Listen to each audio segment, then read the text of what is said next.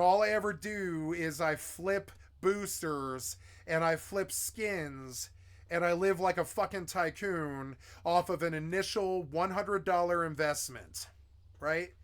And this is how Elon Musk got to where he is. This is how the billionaire oligarchs do what they do. The difference is I don't believe in these prices being so high. I just believe in me having all of it. I don't believe in them, like, I don't really believe in them not making the money. I just don't really believe in the prices being so high. So I intend to pay them with their own money. Do you get it? I intend to pay their skin prices with their own booster money, and I'm gonna go to the scene like a drug addict, using the fervor that I've had before as a drug addict, and taking it to the ultimate heights of the only market that I can think of that I care about. Well, there's two. Well, there's three now. FFXI, FFXI, EVE Online, and Mortal 2. I care about the Mortal 2 market now, too. And I know because I'm in it. I care about the price of wood already. I care about that stuff, too. I want to be a tycoon, and I'm going to be a tycoon in these games. I've been a young PvP scrub dying a lot for like 25 years or whatever, or what, it's not been that long. Yeah, it has. It's been 25 fucking years. I've been dying like a scrub for 25 years. I'm kind of done with that. I just want to be I want to be Big Daddy Fat Sacks. You know what I'm saying? I can be Big Daddy Fat Sacks and just roll it forward. When my parents let hold of the money that they have, I intend to take it to the market and make a fucking killing. I believe their own fear is their crippling virus, and they're too terrified to take a risk. And I've told them before how to make the money, how to roll it forward, the businesses to build, all this stuff, and they're too scared to. And so then I will do so once they're passed. I will do so, and I will get their financial freedom that they crave, that I don't give two living shits about. I just don't want any problems anymore. I don't want any problems from humans in these games. I don't want to pay for the games. I don't want any problems from humans in the real world anymore, and I don't want them around me, and I don't belong getting the abuse. I don't do it to them. I don't abuse or hurt anybody. I don't take advantage or steal from anybody or sell drugs anymore, and haven't for 6 years, something like that. And I don't deserve any abuse. I don't. I'm a human. I deserve to be loved. And to quote the great Depeche Mode. And so, like, and I don't care if it's a gay anthem. It's true of all human beings. And like, so I will take that love and those years of experience, and I will corner the markets, and I will take the money from them and pay for all the problems they intend to cause me with all their monthly fees and all of their skin prices and their booster prices and their drugs and all this stuff. And I will crack their own markets with my own freedom. The minute I don't have anybody else's compulsion on the investments anymore, and I can step and make a sound $100,000 investment in something that I believe in and watch it trickle over in like a year, and I will do so, and I will conquer this planet. I will do so. They'll have to kill me to stop it, and this is why they've never allowed me to have an investment before. They think I blow money. Nah, the difference is none of this shit should ever cost this much money, and I intend to fix it. You know what I'm saying? I intend to fix it. I have fixed markets on servers before. I have fixed entire markets on servers before. I know it sounds like some crazy madman, but I have the Gordon Gekko in me. I always have. I can see their prices and just dominate. And it doesn't take that long for me to deliver it to you in a very clear and cogent way. How, as an EVE player, to dominate the market with $100 real-life investment where you'll never have to pay for EVE again. So let's see. Let's do the math on that. Would you rather pay for 5 months, or 6 months on if $20 a pop, or would you rather take the $100, theoretically buy another set of months so that you're still playing the game, take another $100 past the 100 you were going to have to pay for 6 months anyways, and never have to pay for the game again? And that's the difference. And I could teach seminars about this on all the games, but nobody has the time but me to do this stuff. I do. I have the time to do it. I cracked the WoW market. I've absolutely cracked the WoW market. I have lost more than most WoW players will ever make. I lost 30 million to the mailbox. You know what I'm saying? 30 million. I lost 30 million to the fucking mailbox, and that's just what I lost. You know what I'm saying? I paid for 24 months of WoW coins once, just like out of pure gold off just expansion BOEs and stuff. I've always been able to crack markets, and I see no difference between these markets and the real life markets, except for in the real life, every time I ever try to get a job, they try to pay me between $10 and $20 an hour, which is exactly what living costs. Living costs $10 to $20 an hour. If you don't have it, you're gonna die. You know, so you're going to end up poor on the streets like I did. If you don't have $10 to $20 an hour, you aren't going to live. That is what it costs to live. The exact same what they pay the serfs is exactly what it costs to live. It's in order to pay rent and pay for a car and gasoline and travel and go to work and do a job and pay your taxes and all this other shit. It is exactly what they pay. It's a fucking scam. I have never ever been able to get behind. I won't do it. My friends have balked and gotten the cold-hearted like change because of it and stuff. They've seen I'm not willing to do it. I will not play their surf. I will not play their surf games. I will not do it. And they knew it. I'll take it to the streets and I'll make a fucking living off that. I don't care. I will not live as a surf. I will not do that. $10 to $20 is exactly what it costs to live. Exactly, and that's exactly what they make an hour. Exactly what we make an hour is exactly what it costs to live. It is fucked up. You know, so like, and I don't know how else to put it like that, but I mean, that is the truth. So like, I look at it as, yeah, or you can invest and just not worry anymore, or you can invest. But every time I ever talked about anybody at all, anytime I ever tried to make, except for my best friend, who's currently my best friend right now, my best friend believed in it, but we never did get the humans to ever loosen up any money. They hold on to it. It's not just like, you know, some fucking particular class of people. It's everybody. They all hold on to it. To get somebody to invest money is harder than getting them to sleep with you. It's fucking dumb in a culture that needs it. We have to thrive off some investment. We can't just fucking work as serfs for $10 to $20 for the rest of our fucking lives. That cannot happen. I don't care if they raise it to 25. That's still not enough. So then you and your wife make 25 each or something like that, or maybe 50 if you're lucky at the end of the day. And that's great. That's a lot of money per hour. You make a lot of money when you work a shift and stuff, right? I'm not saying it's bad. It's not scrub money. It's not $50 an hour. It's not scrub money. But that's what it costs to live. I mean, to thrive, you have to be making like $50 an hour. Otherwise, if you're making like 10 to 20 or 25, you are just living as a serf, essentially. If you want to thrive, you got to be making $50 an hour. To make $50 an hour, you have to be a doctor or a lawyer or something that did like, you know, 8 to 12 years in fucking college and taking a professional fucking job and all that. And most of the people that I know are just not like that. They're just not like able to land that kind of job. I tried, but I couldn't get their college. They charged too much. They failed me out for non-completion and all the other stupid bureaucratic bullshit that they do. And so now I look at it like, no, I'll just take over your markets. And I swear to God, that's what these billionaires think too. I will take over the markets and kill you before I will pay your serf, before I will live your serf life. And it's not just the millionaires and billionaire oligarchs doing this. This is everybody accepting these prices. If we voted them out, we wouldn't have it. Everyone wants the prices to be this way. It's the sick, sad truth about humanity. They like inflation. They like poverty. They like imposing this shit upon themselves. I've never understood it. With a basic little amount of household investment, you can make sure everybody in that household can eat and have dental and have healthcare and have insurance and a future and education and all that with a little bit of household investment. But this is something that they would die first. I'm talking die first before they educate us how to do. They just will not do that. I had to go learn how to do it myself. And so sooner or later, the boomers baby boomers. I'm not talking about boomers. I'm talking about sooner or later, the baby boomers chokehold on the fucking money investments will finish, and their quality of life and their desire for and their dinosaur politicians and all that will die of old age. And eventually, and honestly, it's like the motto of a lifetime for me. I'm going to quote you a Final Fantasy XI truism about life, right? If you sit long enough by the side of the river, the corpse of your enemy will float by. It's a certainty.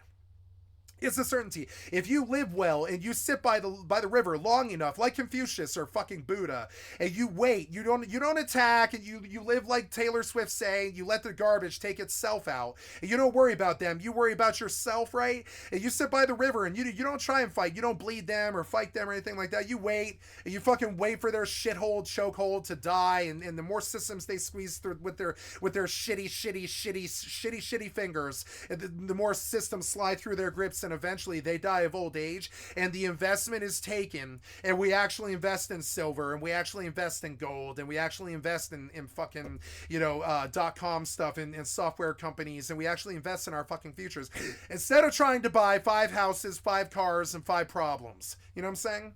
I just don't, I've never understood it. I've never understood that thing.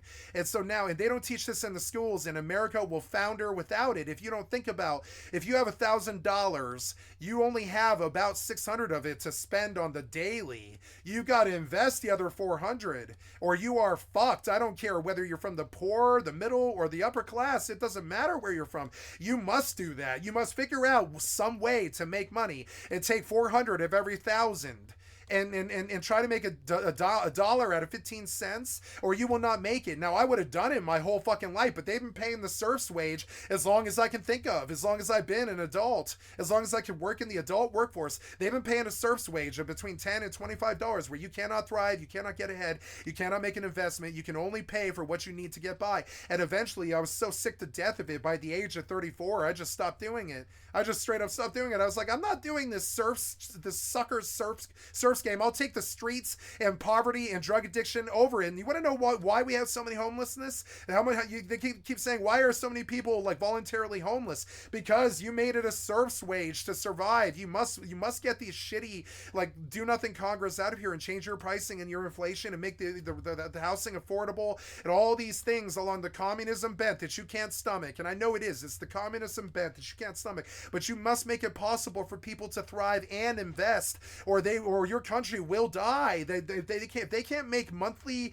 household investments in some sort of future for their children because they can't even afford to pay the fucking rent anymore. Like, trust me, dude, you killed the world. You killed the fucking world. The rent's too damn high, and it's the worst problem in the whole fucking history of the human fucking race is the rent's too damn high. How did it get that way? Inflation. How do we fix that? I don't know, but until the average person in the lower and the middle class can actually make an investment on the money that they make and get themselves out of poverty, we're never gonna know. We're never gonna see the end of it. You guys killed the world. You know what I'm saying? So I look at now like $100 is like, what can you do with it? I don't think about what you can buy with it. I think about fuck the G ride. I want the machines that are making them. I don't want some car anymore. I haven't craved a car. Trust me, I'm the guy who believes in going 100 miles an hour every single day, like motherfucking Jay Leno. But I don't care. I don't care. I'm not gonna buy a car because to me it's a dirty, sinful business, and this is gonna kill the car industry in America. You're gonna fill those parking lots with cars that you don't fucking use because I can't afford it. I can't drive it, can't afford it, can't afford the plates, can't afford it. It doesn't matter if you're in the middle class, you still can't fucking afford it. You can't afford it after rent. I don't care who you are. After rent, or if you own a home, you can't really afford all the stuff that they do, all the middlemen and all the plates and the insurance and the fucking bullshit. If you can, you're making 50 grand a year or more, and more power to you. That's exactly above the treading water. It's exactly about treading water. So invest 10 grand of that 50 a year or whatever, and and hopefully you get out of your problem, because we won't. You know what I'm saying? We won't. That's the system that they fucking built, and I don't blame them for being on the fucking streets. I would not play their fucking serfs game either. I would not. These people are not foolish. My people are not stupid. They will not play your fucking rigged game, and I wouldn't want them to. Why would they work their fingers to the fucking bone until they die in your rigged serfs game of this fucking American goddamn economy, or the world economy, essentially? Why would they work their fingers to the bone and die? They weren't raised to do that. Americans were raised to, A, do the job half-assed, but also, B, do the job intelligently at least, because it's otherwise you're going to have to do it over again. So we now believe in work smart, not hard. I really do believe a lot of Americans believe in that core fundamental: work smart, not hard. And so they won't work at all if it's stupid. They won't work at all if it's stupid.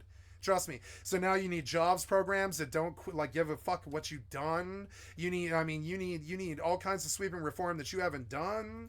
Or that you ever even talk about. And so I don't trust you. And I'm sorry, but I don't trust anybody anymore. I don't trust it.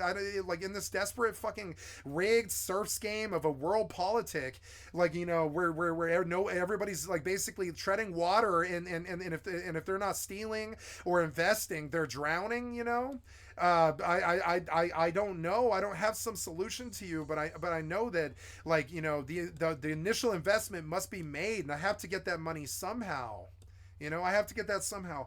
I will wait until I inherit it. I will steal until I have it. I will deal drugs until I have it. I will not go work some $20 to $25 an hour job. And that sounds cushy to you because you're used to it. I'm not used to that. I am used to being paid for my work on every game that I play. Getting paid big time on everything that I do. Almost everything, even this wood chopping that I'm doing right now, I get paid big time. I come to your fucking real life rig surfs game where you can't get ahead for the work that you do for your own sweat and of your fucking forehead. And I'm not talking about some kind of communist manifesto. I'll be very clear about this. Fuck communism and fuck socialism. I'm talking about goddamn common sense. I'm not talking about making the world free or some kind of communist brotherhood or some shit like that. I'm talking about common sense. This rig fucking surfs game that you've set up as an American economy is not feasible. It is not feasible. It is to make it exactly the amount of money it takes to stay alive is not a feasible it is not an economically feasible model for the most like successful country in the world. It is not. It will not work that way. We must have investment. We must teach it. We must have the economy and the education to understand it. We must teach our kids that a quarter of everything that they make goes into some future fucking investment. And I still have never invested $1 in my life because I got the most cock blocks that I can fucking think of my entire life. I used to try to hustle personal loan banks with like fake email addresses, couldn't get it that way. I used to try to hustle like credit card companies. I used to try to trick people. I used to be like, yo, if you invest that $1,000 instead of paying this $150 every single time, I'll make you mega rich inside of a year. And they're like, nah, man, I can't. I gotta only pay the $150 right now. I gotta be careful. Can't do it. Sorry, I see that you're serious, but I can't do it. And this is the answers I got from everybody my entire fucking life. I've never heard a yes. I heard one yes in my entire life. One yes, and that person is my best friend. One yes, that was it. One yes the entire time. One person was like yes, and that's who's left. The investments just weren't there. I don't see it. I don't see the people doing it. I saw one of my other best friends do very well with it, but I mean, like overall, like fail because like other people were involved. Anytime other people were involved. So, and that's all I have about the money tycoon business. That's all I have to say about this. There's not really this need to be poor. That's self-inflicted. That is self-imposed. The investment fixes it. And if you wonder why we can't have investment, you have the problem with humanity. You have the problem with think about what are the core causes of why you can't get an investment as an American. It doesn't matter if you're poor or didn't have a job or didn't get an education. You should still be able to make if you have a dream, you should be able to get and make an investment in this country and build a business. But it is not like that anymore. The middlemen have killed it, and it is now a non-feasible thing. And I don't think either political party has led us down a feasible economic path. I think they are leading us to ruin and down a dark path. I don't know if it's an alt left or alt right or middle fucking solution. Let's hope it's the middle or something. But we need a middleist centrist, like a centrist government now that doesn't fuck up with blackballing their own citizens, so their own citizens can't thrive or get above the fucking $10 to $25 an hour serfdom. I mean, that's what it is. It's like the 10 to 25 serfdom, 10 25ers, 10 to 2010, 10 to 25, right? It's like there are 10 billion, it'll be like 10 billion people working for $10 to $25 on this fucking world. I don't really understand that. It's like you want the world to live in poverty. I don't really understand that. And so the lower class resent the middle class resent everybody, and the upper class resents everybody, and then the lower class wants to murder the rich, and it's just this whole thing based around the entire econs of everything that you built is so fucked up and bass backwards that you can't run a country on it. And I know it sounds like somebody just pointing with a stick and slamming on the pad, being like, these are the problems, and never talking about a solution. But I mean, I know the only thing I can tell you about this is continuing down the current path that we're on is not feasible. We must take a hard break and a stop, and we must turn it backwards and take a look and come back the way we came now. And I don't know what that means, but I know that we cannot just sit here and hope that the 10 to 25 serfdom isn't going to end. I mean this, $10 to $25 an hour serfdom will not fix this world. And I know it sounds pro lower class and pro middle class, and it has nothing nothing to do with the upper class. They don't care about how much we make. I mean, I don't think they do. I think they said it, but I don't think they care. I don't think they really care how much we make. It's kind of crazy. They're very crazy people. They're kind of Mad Hatter. I don't think they care how much we make. They just, the system that they set up or whatever is set it up so $10 to $25 serfs are ready to freeze their own legs and get that insurance payment so they can get an investment going in Bitcoin or something like that and retire in the fucking, the Cayman Islands with their demon banker friends with no legs. And that's all stuff that's actually happening in real time right now. That's the fucked up world that you set up. And I don't know. I feel like all I do is bitch about it. I try to offer solutions like, okay, if I were actually trying to solve it, I would say that I would say you don't need to make anything free necessarily. Even healthcare, I would say that you got to engage in some serious price refixing. I guess you would say price refixing. If I had to hazard a guess at what it is, I think hotels charge too much. I think grocery stores charge too much. I think gasoline charges too much. I think the price of a barrel of oil is too much. I think the prices are dictated by the rich people who are Mad Hatter crazy, and the poor and the poor and the middle class have nothing to say about it. And I don't think we need some sweeping revolution or the death of the rich or anything like that. I don't think anybody needs to die here. I think we just need to change the prices, and that means fucking a lot of rich people out of their money, and I don't think the upper class will take it, but I think we need some price fixing now. I don't think you should be able to charge more than $1,000 for any rental in this country. I don't think you should be able to charge more than $3,000 for a new car. I don't think you should be able to charge more than $100 a month for all the groceries any family could need. I think you have chokehold priced this on the lower and middle class till we've starved to death and we're poor and starving and desperate on the fucking streets, and you've had the rich boot on our fucking necks with the prices just because you're Mad Hatter crazy. Not even because you want to hurt us, but because you're Mad Hatter crazy. You dictate the price to a barrel of oil, you dictate the price to a house, you dictate the price to Trump Tower, you dictate the price of how much money you can get from Mar-a-Lago. You just dictate the price for everything, and I believe I want to take that power away from you. I think you've added like a crazy mad bomber person interested in only chaos. I don't think you have any interest in us surviving at all, and I believe that right should be taken away from the upper class. I don't believe their politicians should have some ability to set the prices through their lobbies and how expensive the gasoline gets to be, or how much bullets are, or how much food is, or antibiotics like Martin fucking Crooked go to hell Skrelly, you know what I'm saying, go to fucking hell and burn Skrelly, you know what I'm saying, like set the price for cancer meds, set the price for get rid of big pharma, you need to set the prices to something better. There, I did it. I pitched my solution to your fucking effatry and your fucking idiocy and you killing your own people. And that's my solution to it. Get into price fixing, I think. And I know you're not going to like it, but you'll sell more in quantity if you make it possible for us to fucking buy it. And once we all have cars and once we all have houses, you're going to see that you're richer than you were before because we're all putting more money in your pocket. We're all rich and we're winning the world scene. You know what I'm saying? But nah, you gotta chokehold price all the gasoline and chokehold price all the drugs and chokehold price all the fucking dope and chokehold price all the cigarettes and chokehold price all the alcohol and chokehold price all the Whole Foods and chokehold price all the cars and chokehold price all the rents and chokehold price every single thing that every single buddy but the rich people buy. They get all that shit comp because they own it. Right?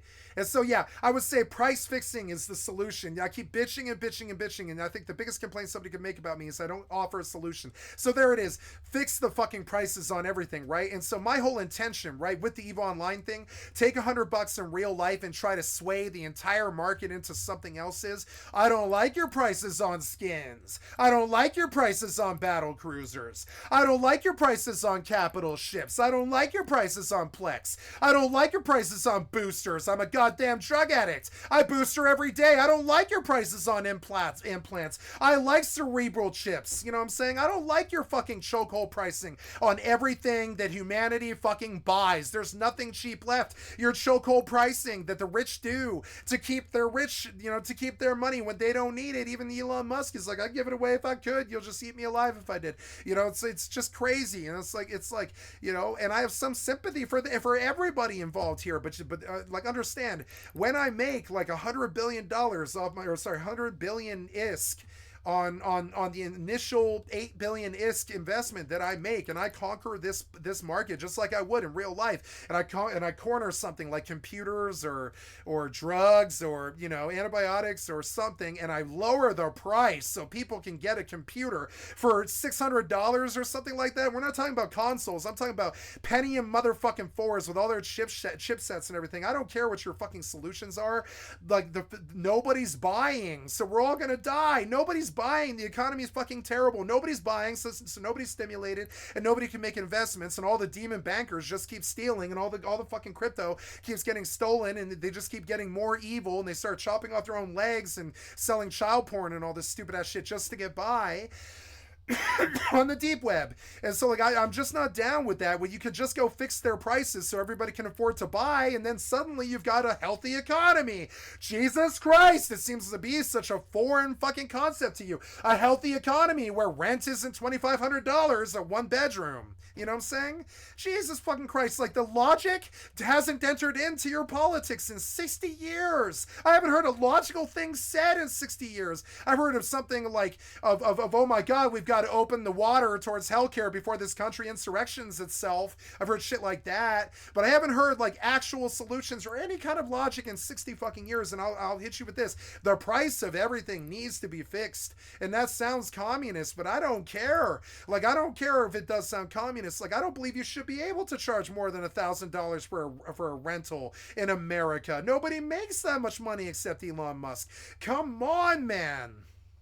Like, come on, man. You ran this into the ground. So understand, I don't go looking into this market to take all their money, because that money's got to come from somewhere. I'll take all their money. I'll take 100 billion out of this market, and I'll sit on it. And you know what I'll do?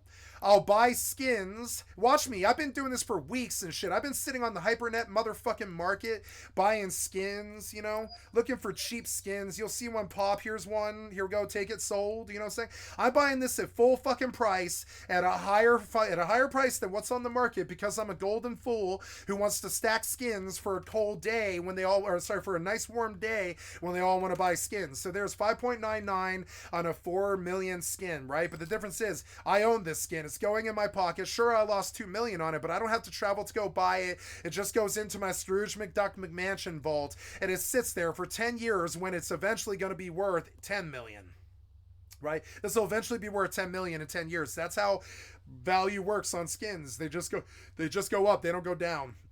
Excuse me. So now nobody will buy them, so they're not worth anything at all. But the value goes up. It always goes up. So I buy this skin at a greater full price, and it's slightly like a 50% markup, because I don't want competitors on it. I just want the fucking skin. Understand, right? So then I take the 100 billion that I take out of the market, and I gamble it all back into the market, and I help them understand that the only sales that are being made with the 100 billion that I took out of the market, right, are down at the bottom level of under $1 million on hulls and skins and everything, and they suddenly fracture their fucking market when they understand that if you want to gamble and make an investment, you can actually get something at a decent fucking price. And so the guy selling the skin, right?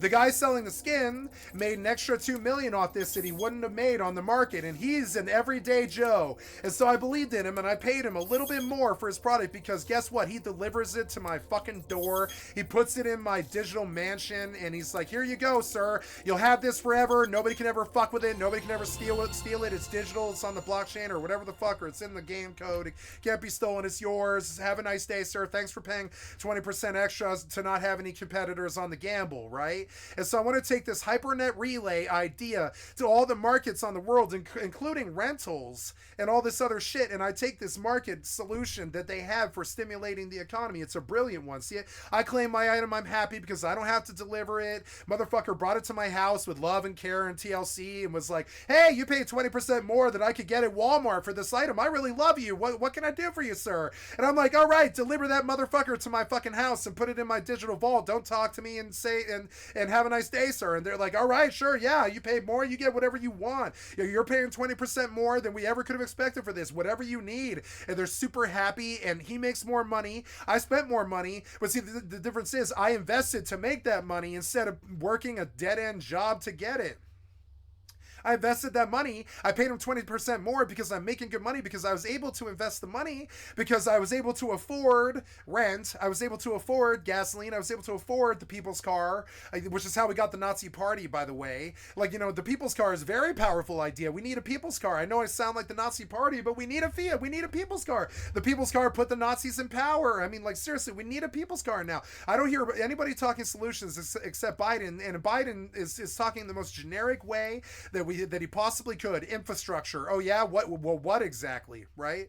Well, so I don't know, but the answer to that question is fixing the prices. I think they need to fix the prices. I don't know why these fucking vendors are allowed to sell ungodly amounts of fucking Big Macs at $9.90 a pop, when everybody and their fucking mother remembers when it was like $4.50. Why? How do you sleep at night? Why? Because aren't you a franchise where the whole point is to keep getting it cheaper and faster, not goddamn double the price?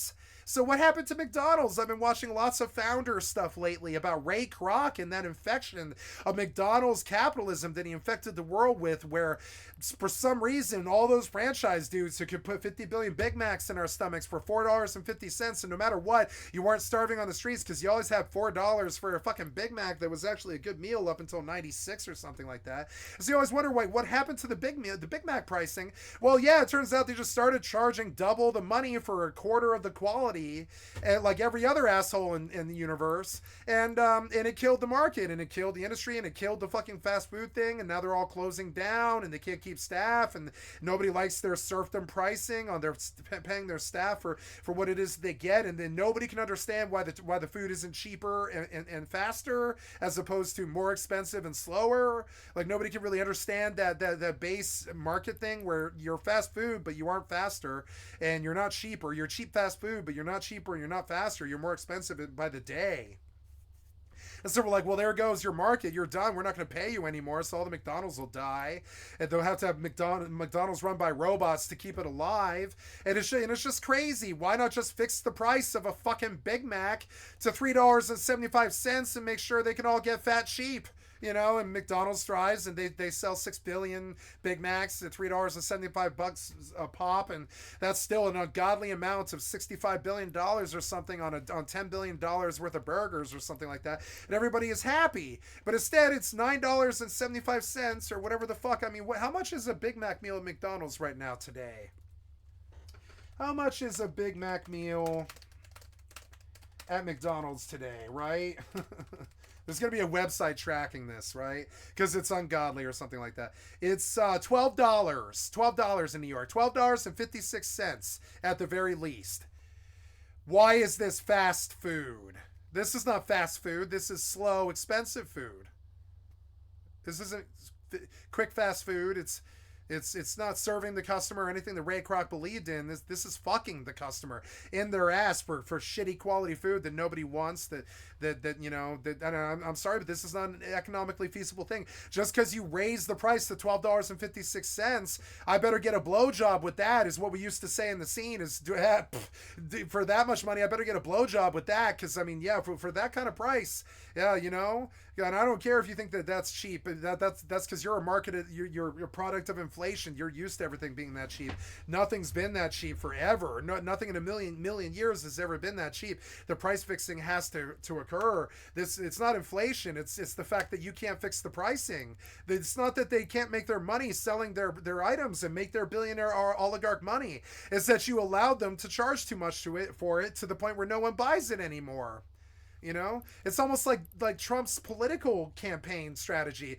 He fucks up so bad that nobody can let him go. Nobody can quit him. He's so entertaining that nobody wants to let him go. He's such a bad fuck up that nobody wants to let him go. And it's like the same thing with the pricing. They raise the prices so high that nobody wants to pay it. It's insane. It's like nobody wants to, you know, it's like the opposite effect. Like the prices are so high that nobody believes your product anymore. And I don't understand how that's feasible. So you must lower the rent, lower the gasoline, lower the water, lower the electric, lower all of it, and sell it quantity and quality at the same time, and get your surefire money at that lower baseline that's survival and profit, instead of your sky market to the moon retardation.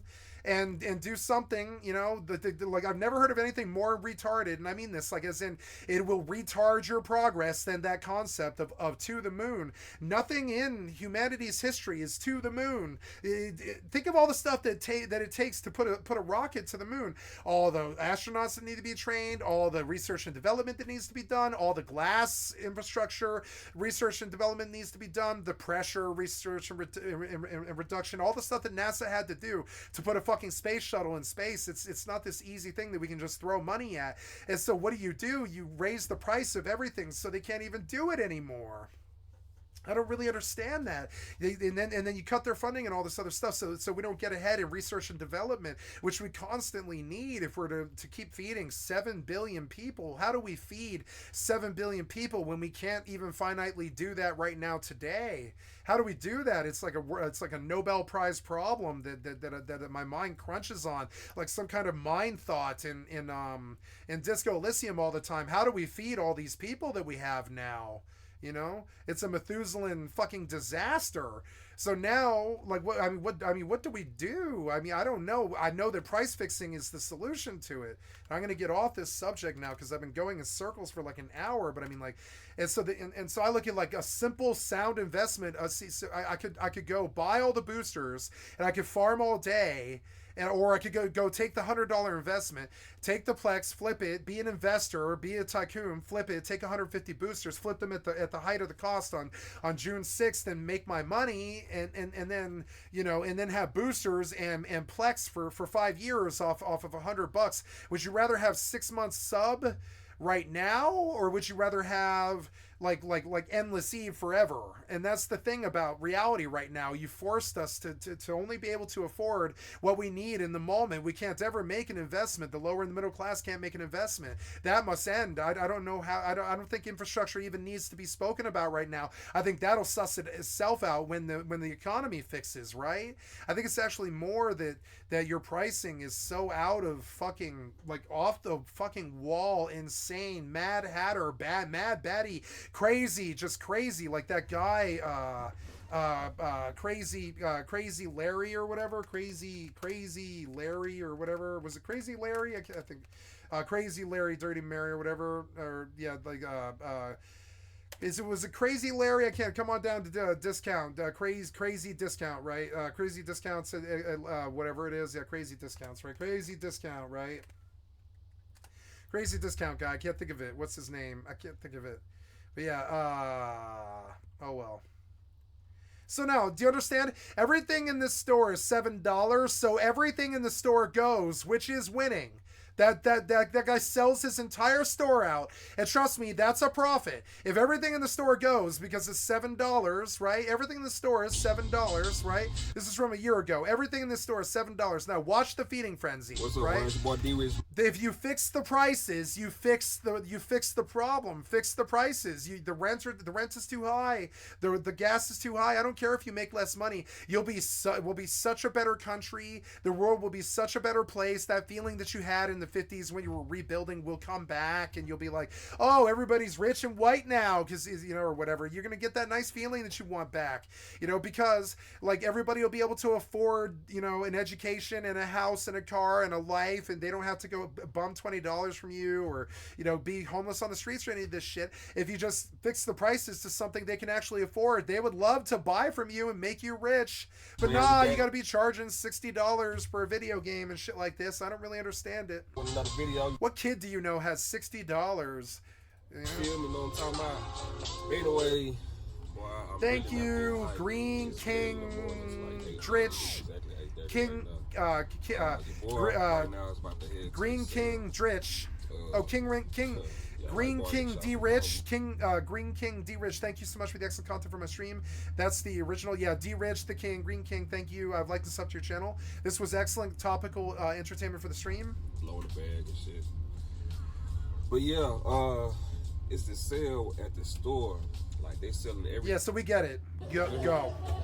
Understand, this is what's wrong with your economy. You would have people standing outside the stores, taking up every single apartment that you've got, and buying every car that you've got, buying every sandwich you've got, buying every fucking apple you've got. If you just had decent pricings, selling you out constantly, having you step with big money to your suppliers, being like, we need more crops, we need more farmers, get to farming, we want to pay you really good money to farm, and all this stuff. You want to fix the economy? Get your bullshit, crazy, Mad Hatter, everything must never go prices. And understand, and here's your peer solution to it. You want to fix America? Get the pricing out of here. It's not infrastructure, or, not get the pricing to something sane again, where a pack of cigarettes is like $3, a meal is like $5, rent is like $1,000, maybe $750 if you're getting real sane about it, maybe even like crazy better.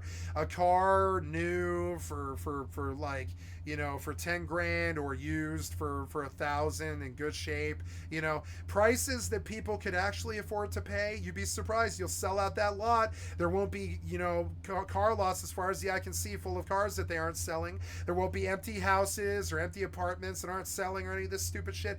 Your real problem is that you went crazy, and by you, I mean the upper class. The upper class went crazy and just started charging 5 or 10 times as much as they should have for everything. And it's sickening, and it killed the country, and it killed the world. Walk my happy ass down this way. It's like that war profiteering pricing. They see you coming, so they just charge 10x. And that's not really how the world works. You should be trying to make $1 out of 15 cents, so everything's cheap. You shouldn't be trying to charge $10 for something that's worth 15 cents when they're desperate for the 15-cent item. You should be trying to make $1 out of 15 cents. You shouldn't be trying to make $10 off the 15 cents. You should be trying to make $1 off of it, so that no matter what, you have 85 cents profit, so you can invest all the time in more things at 15 cents. That's the Asian sensibility. That's the Hindu sensibility. It's better. Understand, this is how you fix your poverty, fix your prices. That's my solution to it, and I'm done talking about it now. I'm gonna go back to farming here on Mortal before I get killed. So yeah, I'm gonna shoot on another tree. How slow am I? I'm pretty slow, so we'll go back and sell now for all this gold.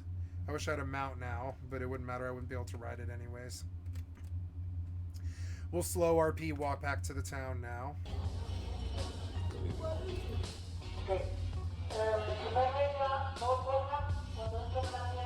Yep, they're like, please, sir, we cannot sell to you fast enough. We need you to disperse.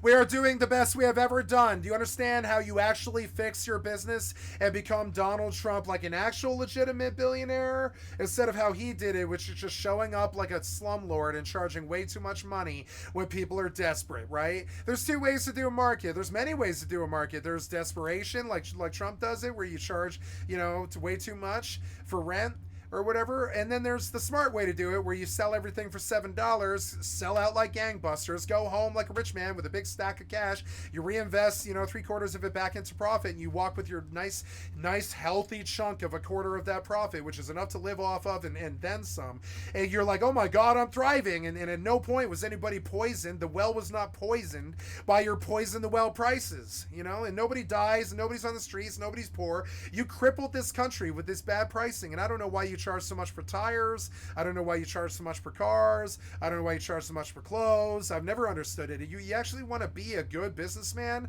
sell at a reasonable rate, and sure, if you got high quality, then you've got high quality, and you can sell your Lamborghinis and McLarens for $300,000 if they're worth that much. I'm not saying you can't, but understand that you shouldn't charge $30,000 for every car. That's just not okay. That's not okay. That'll kill the world. And I mean that. If I mean that. How's a motherfucker gonna have a job if he can't get to work? Simple monkey math.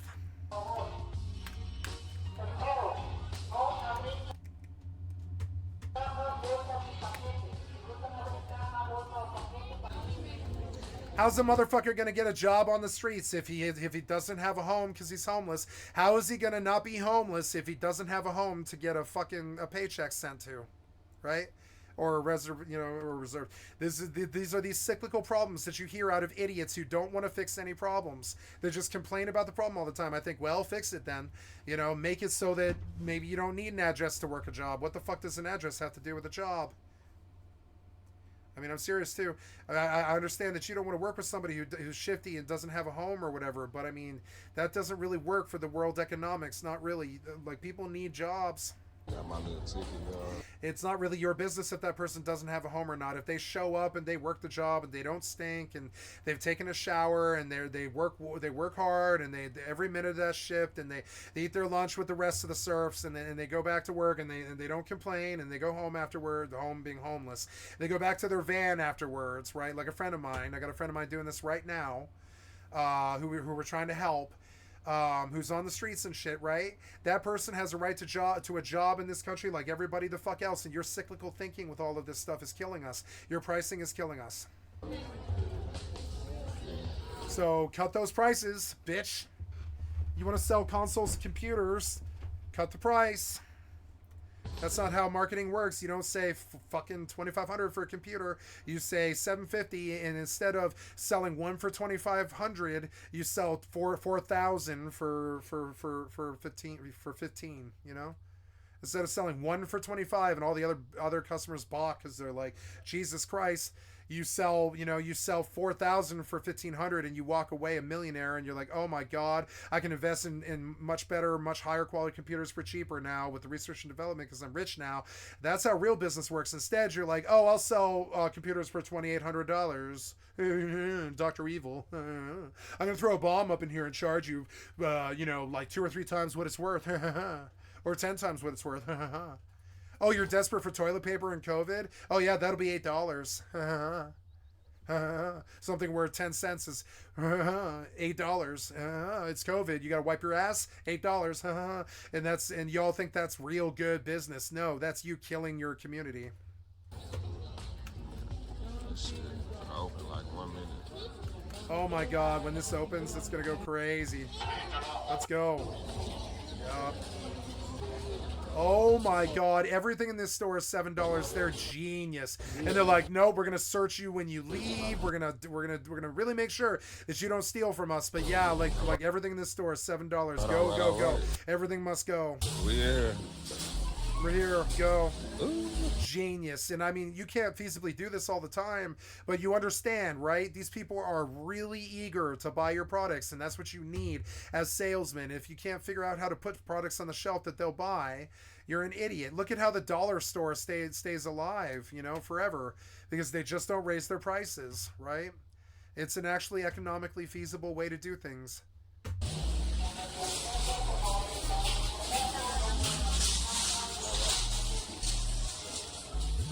It's a consumer feeding frenzy with a bad camera. Yep.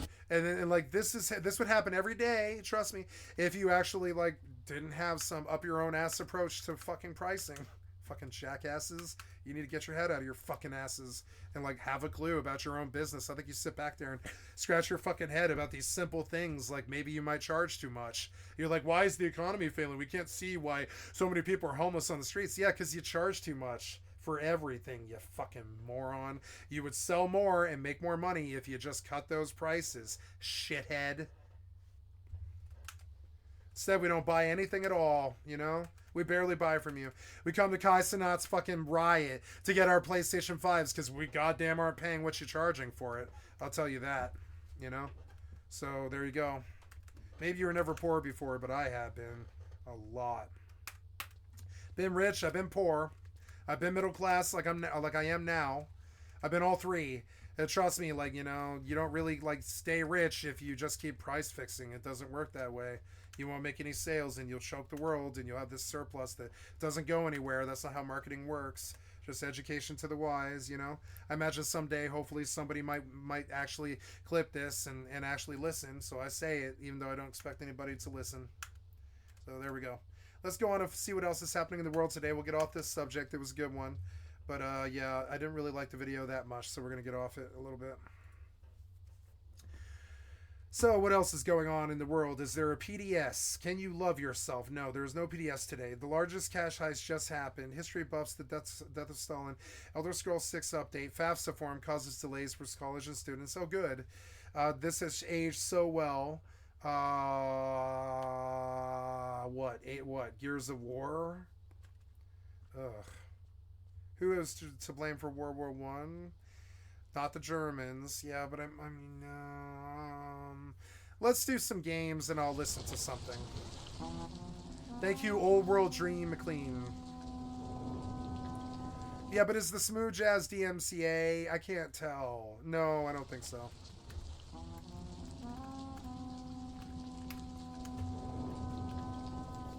Okay, so let's sell this wood and let's see how much money I made while I was talking for an hour. I like it. So, where am I now? I am in a Mar, and I'm going back now. We are done here. I've done my conjecture and took my shot. Took my shot at a price. I'm leaving. Getting off this subject for now.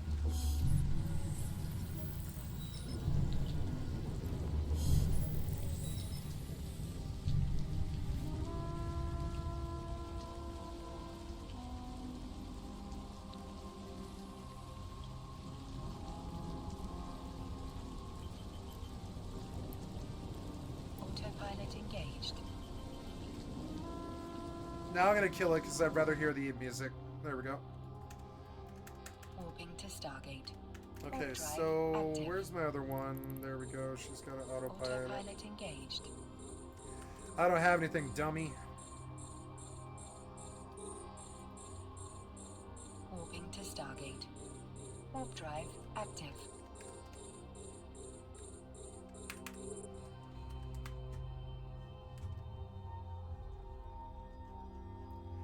Greywood at 46. Here's 7,000. 35 gold. Dapplewood. I thought I got a lot more Dapplewood than this, but I guess not. Dapplewood. And Whitewood. Whitewood. 39. I'll take it. Approaching Stargate. Sold at 48 gold. 48 gold.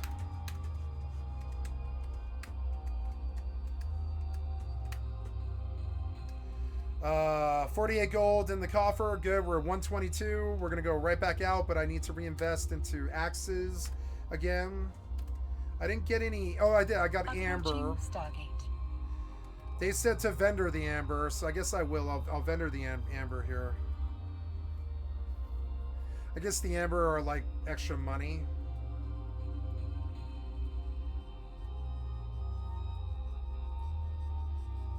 Autopilot jumping.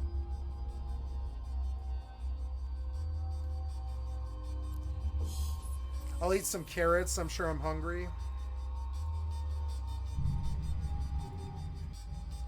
What do you mean destroy? I don't want to destroy it. No. Warp drive active.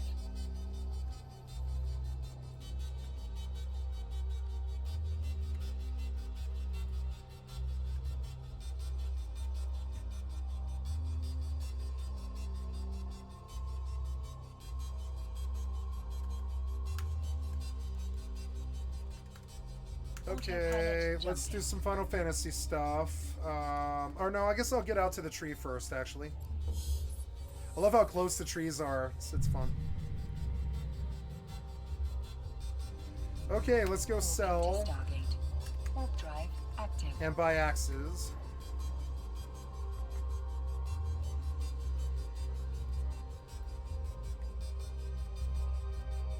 Approaching Stargate. I should buy a book, but I didn't bring the money.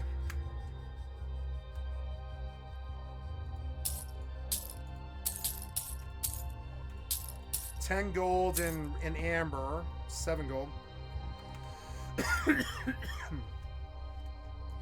Oh, I'm out. I read the whole book. Okay, so I need to go buy a book now. I think I'll buy a book. I don't know what I should learn.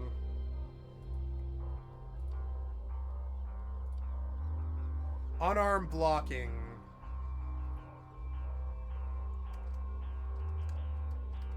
Approaching Stargate.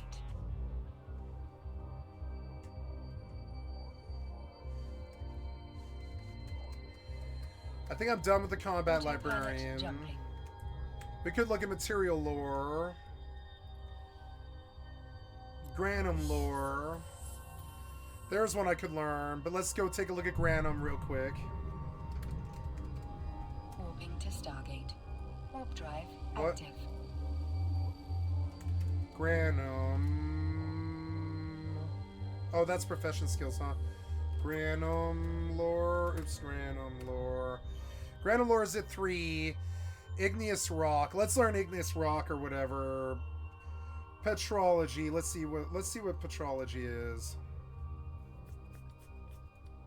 Autopilot jumping. Stonewood lore.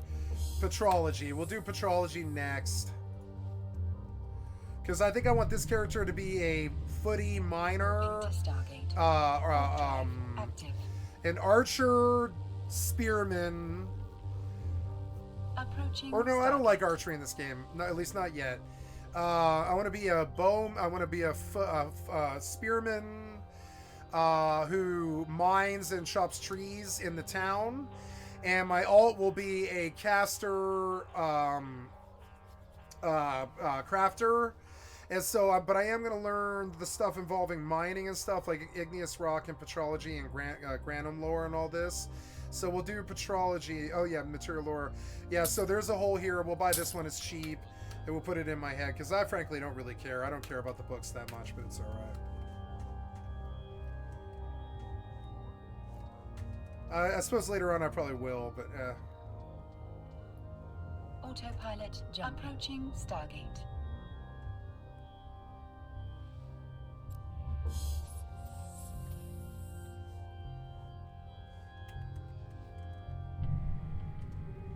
Warping to Stargate. Warp drive active.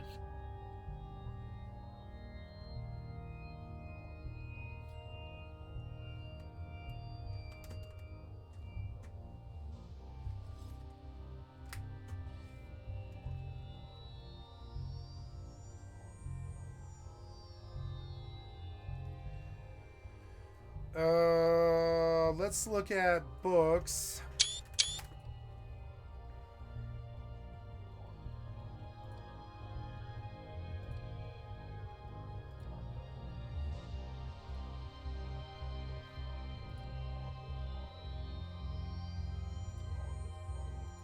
Autopilot jumping. Approaching Stargate. Multiverse lore. What the hell is that? Warping to Stargate. Warp drive active.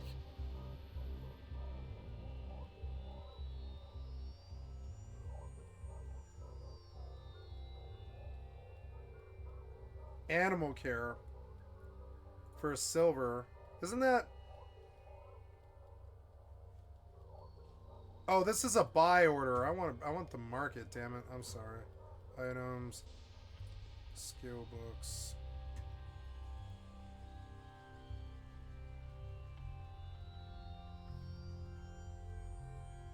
That's it? There's no skill books for sale? That doesn't make sense. Autopilot jumping. No, there it is.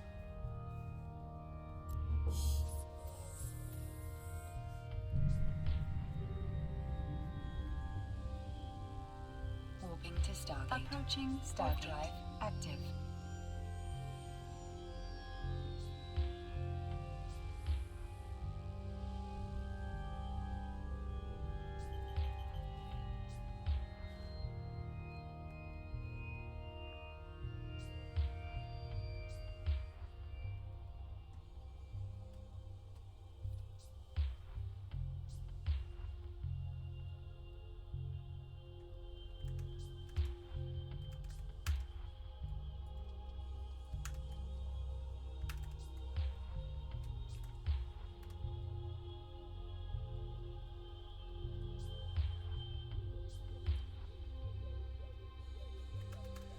do some Final Fantasy stuff now. Or, well, I guess I got a book in. It doesn't really matter, but I was looking for anything animal at all. Approaching Stargate. I don't see it. Autopilot jumping. Bareback crafting is something I want. Could buy that. I'll buy it tomorrow. Warping to Stargate. Warp drive active.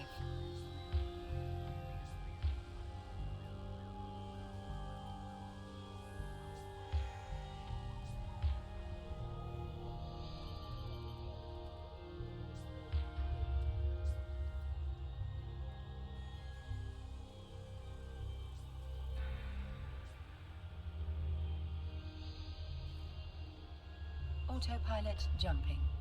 I wish this would go bigger.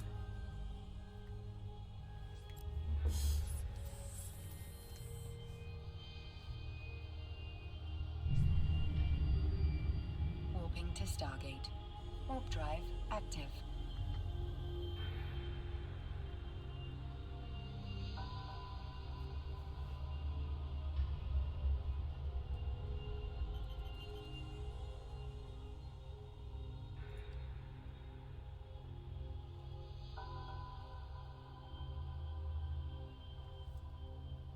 Approaching Stargate.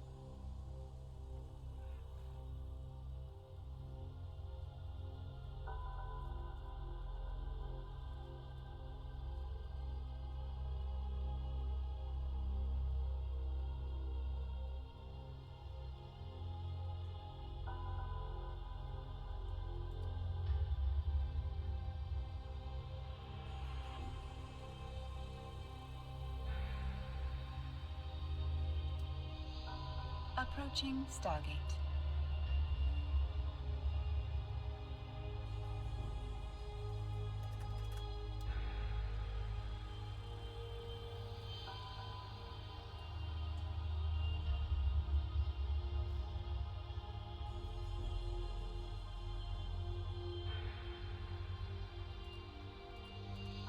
Autopilot jumping.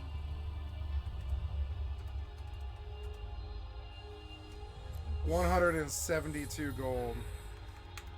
That's what I'm working towards, and I'm gonna try and get it tonight too. Warping to Stargate. Warp drive. I'm not that active. far either. Only 40 more gold. That'll be the first thing that I buy. But now I know petrology and I'm Autopilot learning jumping. it. Need to buy axes.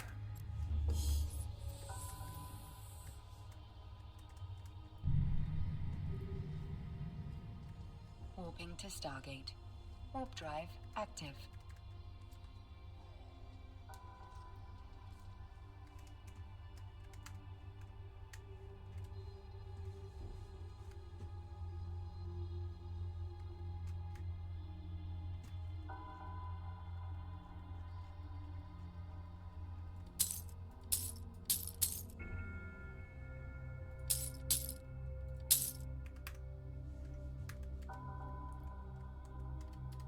Approaching Stargate.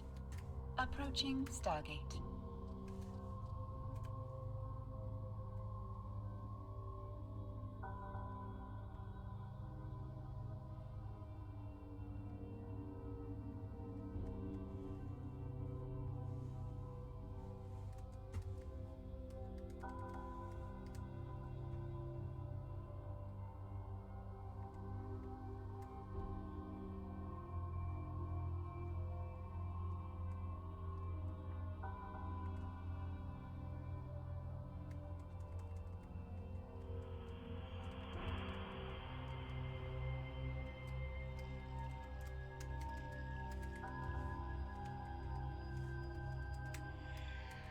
Autopilot jumping.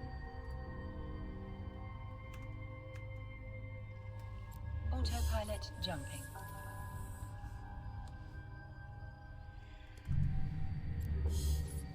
Warping to Stargate. Warp drive active. Gotta sell clusters. Warping to Stargate. Warp drive 3001.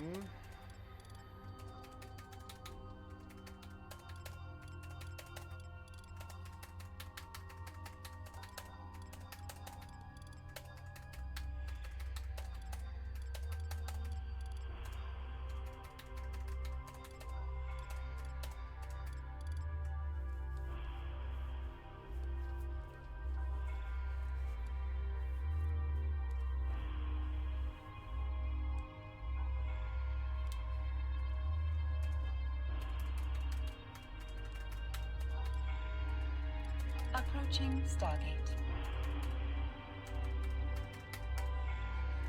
Approaching Stargate.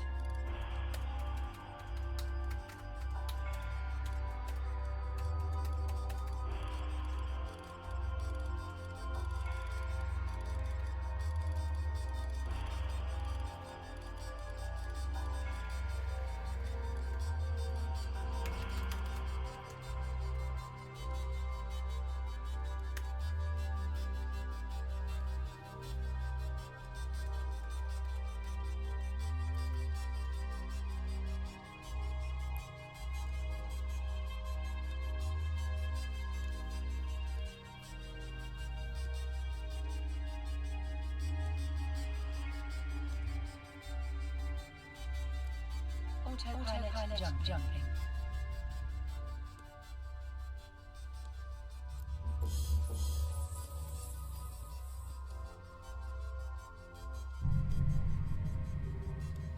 Warping to Stargate. Warp drive active.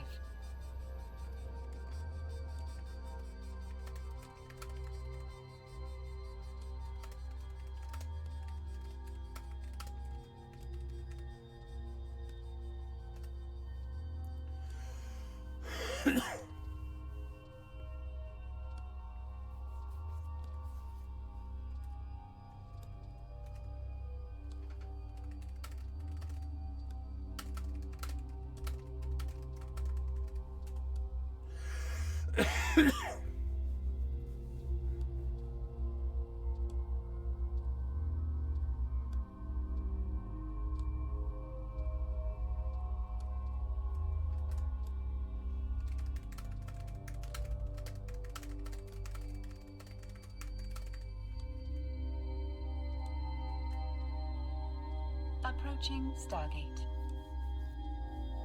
Approaching Stargate.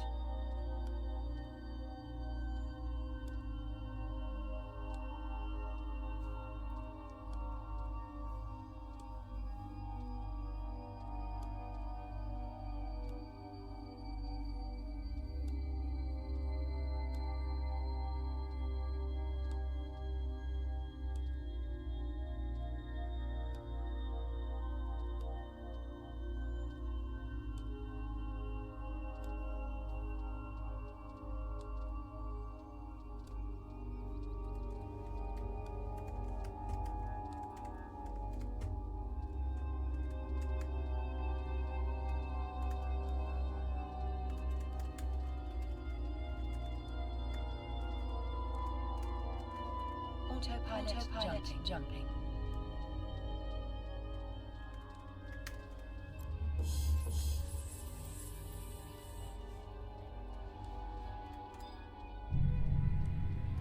Warping to Stargate. Warp drive active.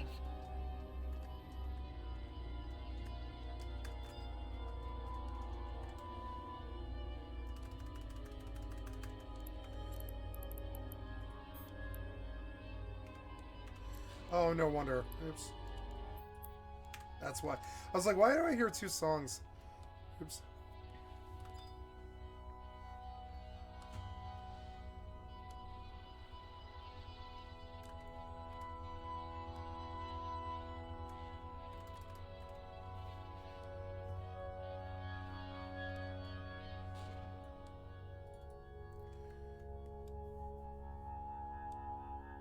Approaching Stargate.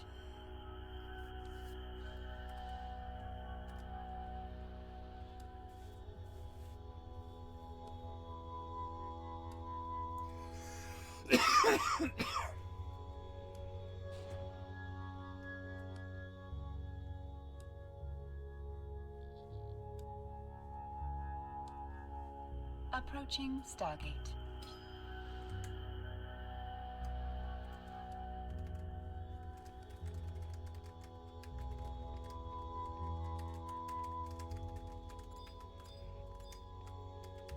I need to buy all the copper ore. Autopilot jumping. Okay, what am I at right now? 49 out of 55. So I'll buy 4 stacks. 3 stacks.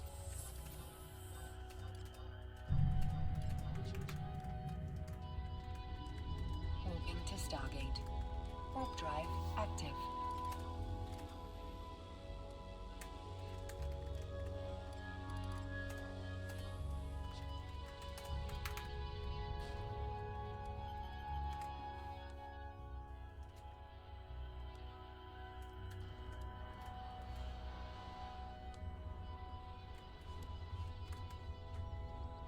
Autopilot jumping.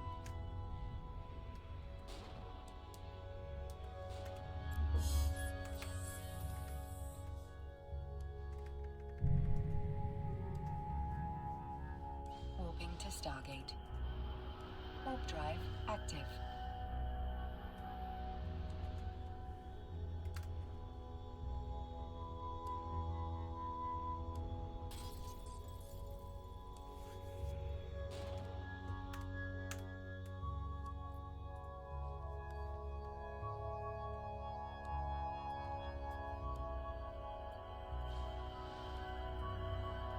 Approaching Stargate.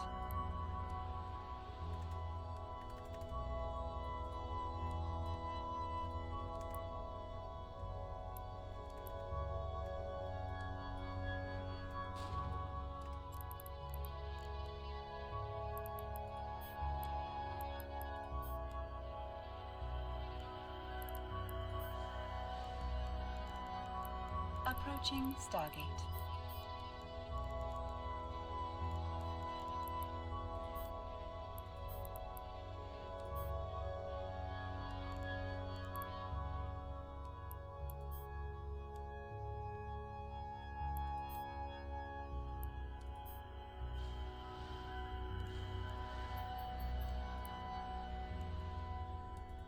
Autopilot jumping.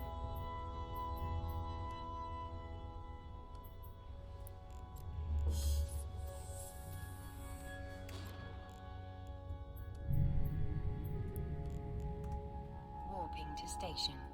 Warp drive active.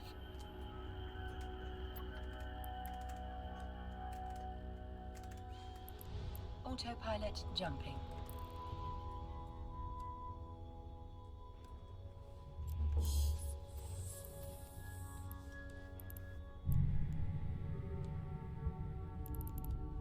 Warping to Stargate. Warp drive active.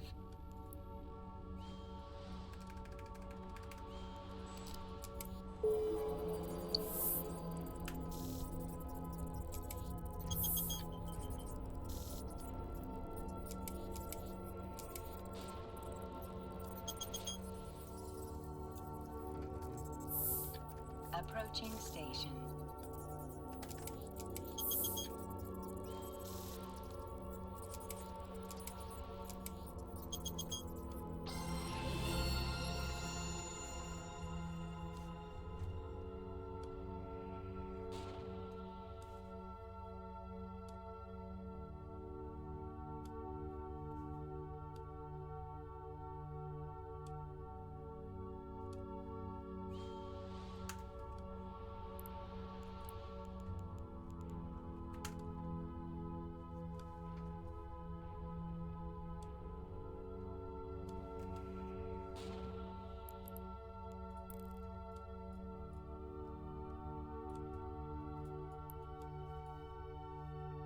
Approaching Stargate.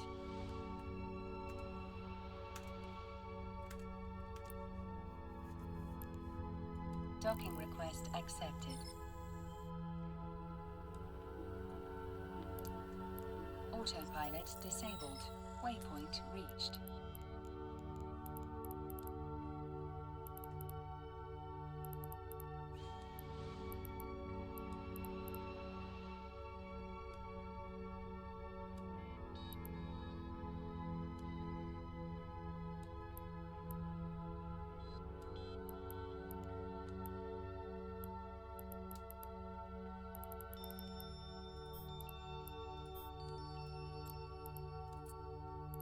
Autopilot jumping.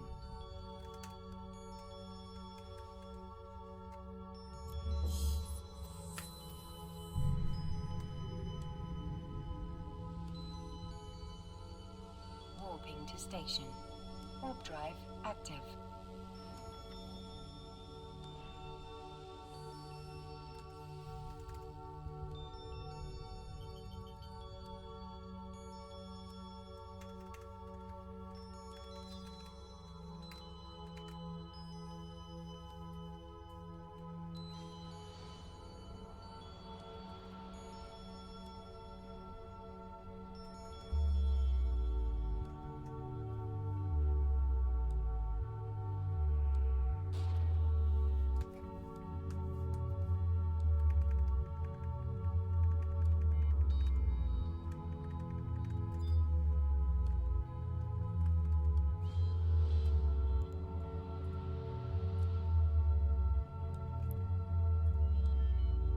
Approaching station.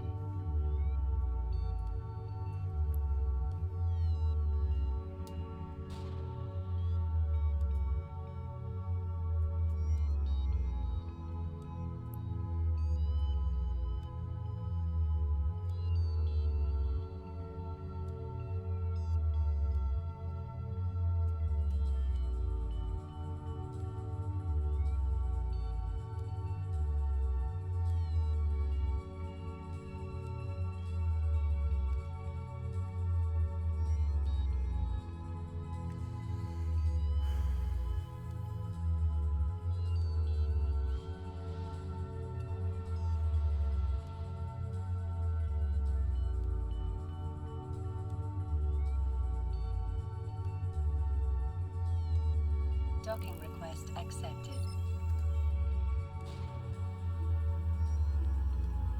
Autopilot disabled.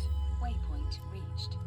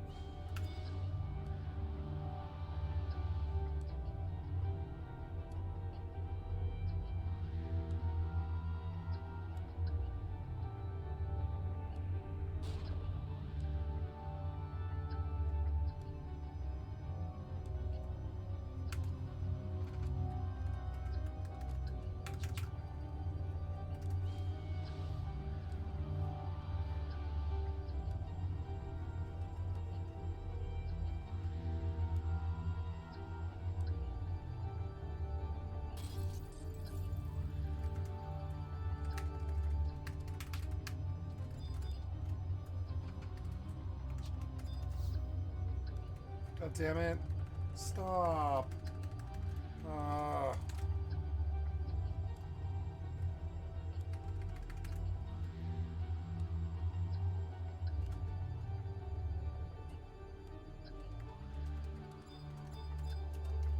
Mustn't let you close.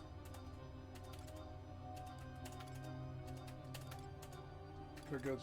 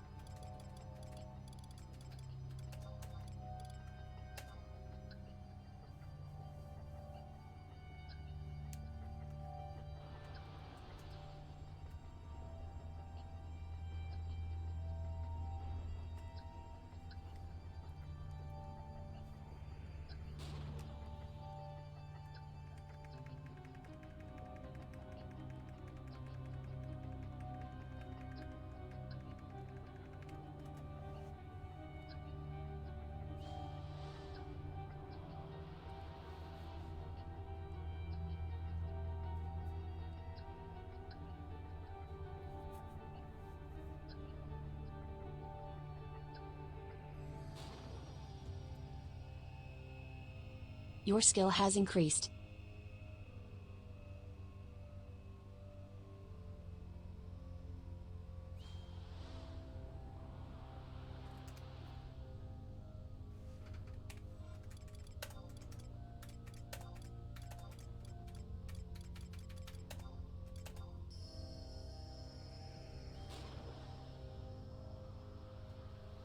Your skill has increased.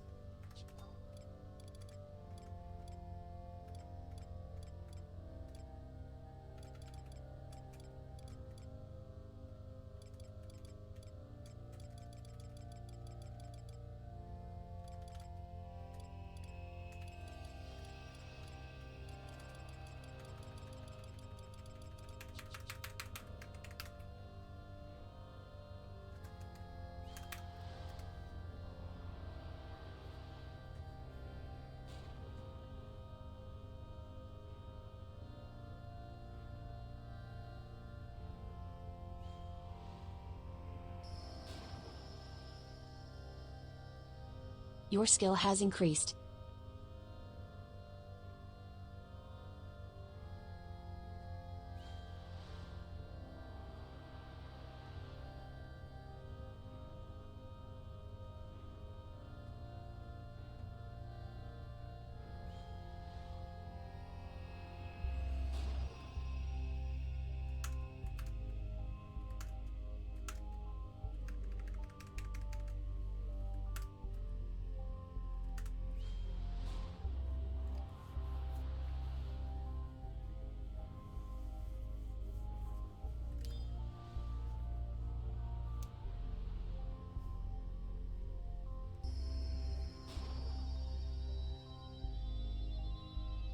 Your skill has increased.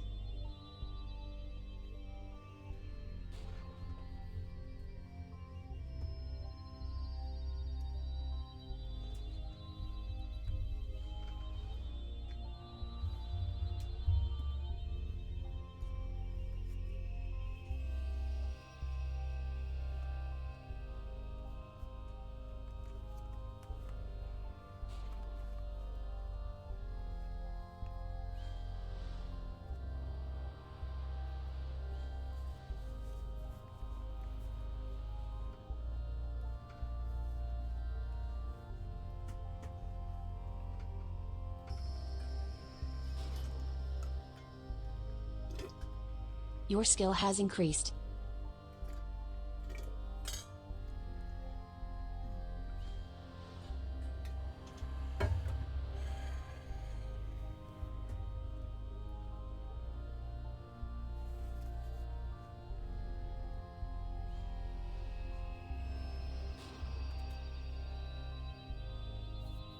Your skill has increased.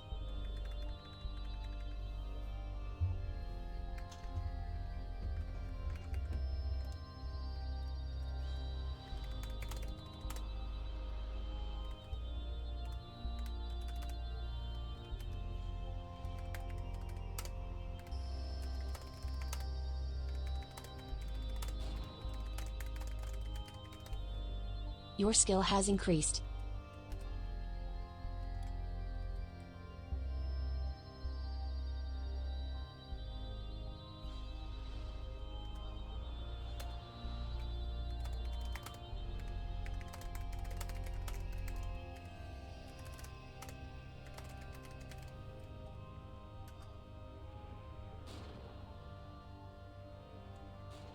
Your skill has increased.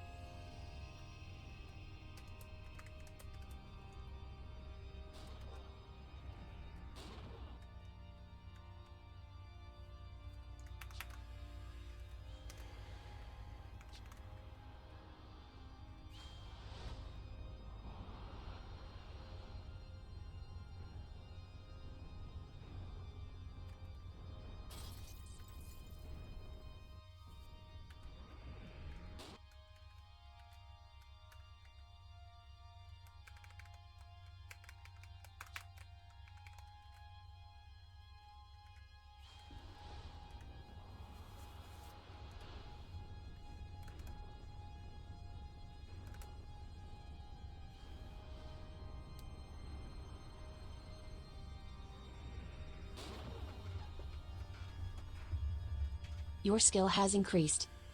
Level 10.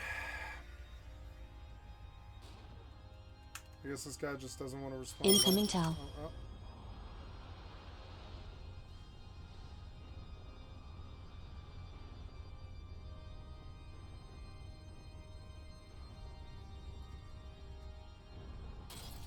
Your skill has increased.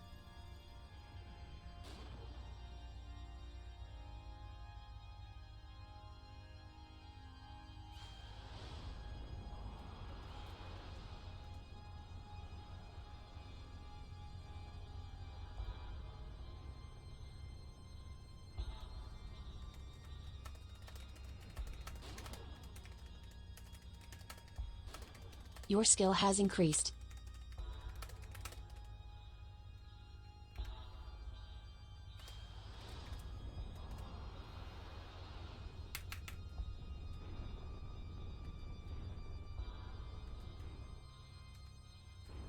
Incoming towel. Yeah, I mean, it's a good idea. Just not what I'm Your looking skill for. has increased.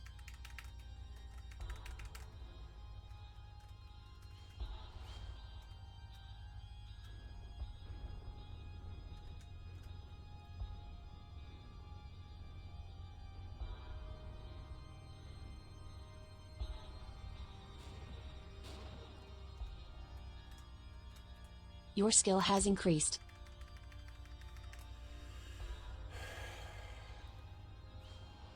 No.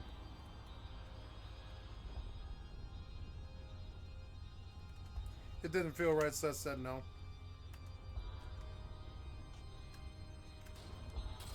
Your skill has increased.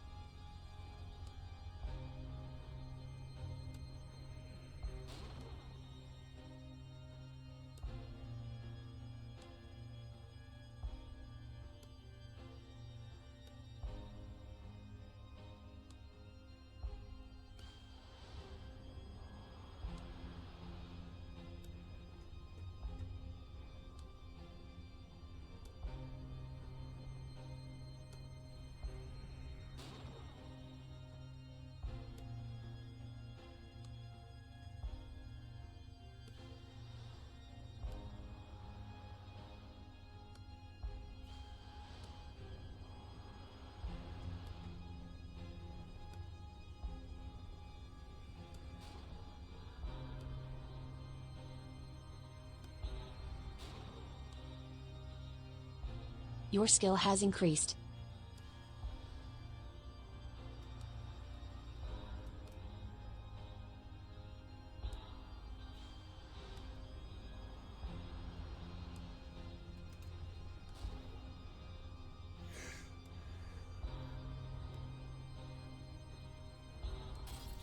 Your skill has increased.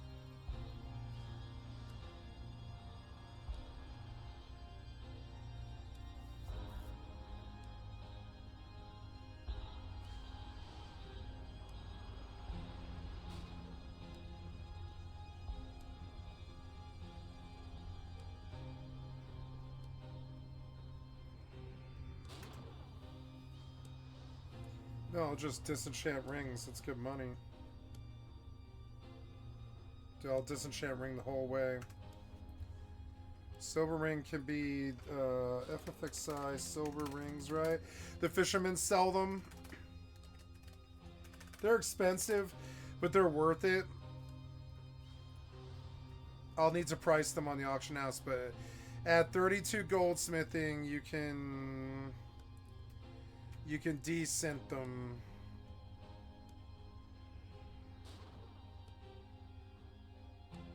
I mean, yeah, 32, you can... I mean, yeah, you gotta get up a while. Yeah, you actually have to get up. But once you get up, that's a money synth. You can just buy silver rings and descent them forever. And it's just pure money.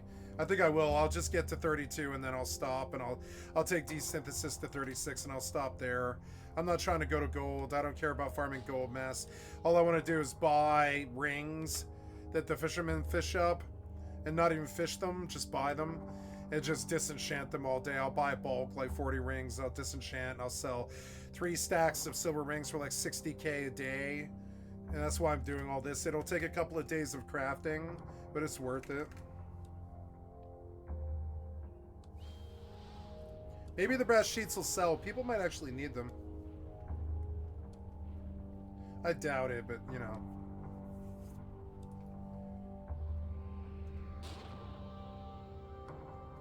Your skill has increased.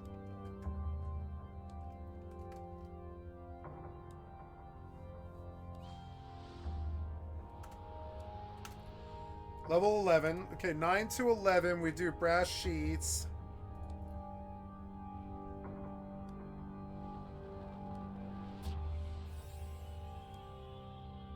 And then, wait. So, now we do, we could take, to go to 13, we need wind crystals, which is unfortunate. Or 11 to 12, yeah, I need wind crystals for 11 to 12. So that's okay. I'll need like a stack of wind crystals, or like 2 stacks of wind crystals. That won't be that much money. And well, I need money, so we'll go gather my D-box now. Hopefully I have like 30k in dark crystal clusters sitting in there, hopefully. I love this game. I could see playing this game for 10 more years. As long as I have some other games to play in the background. FFXI works as a main for me. I think it's good.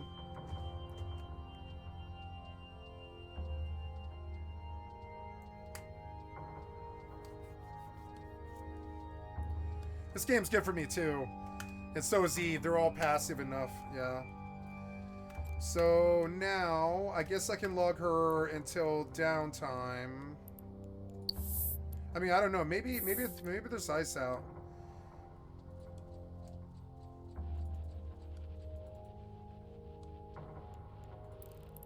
Take a look at local and see.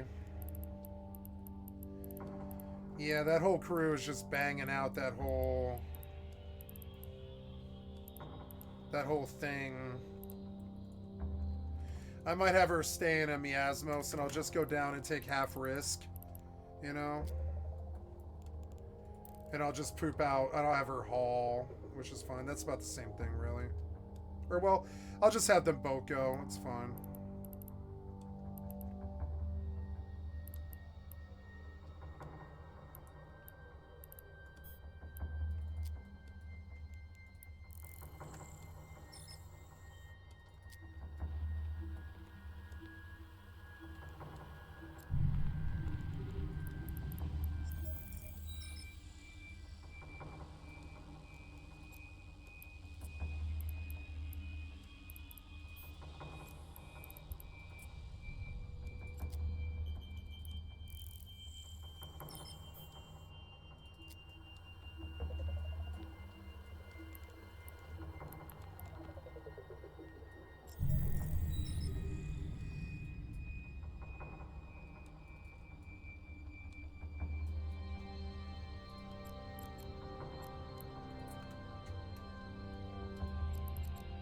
Warp drive active.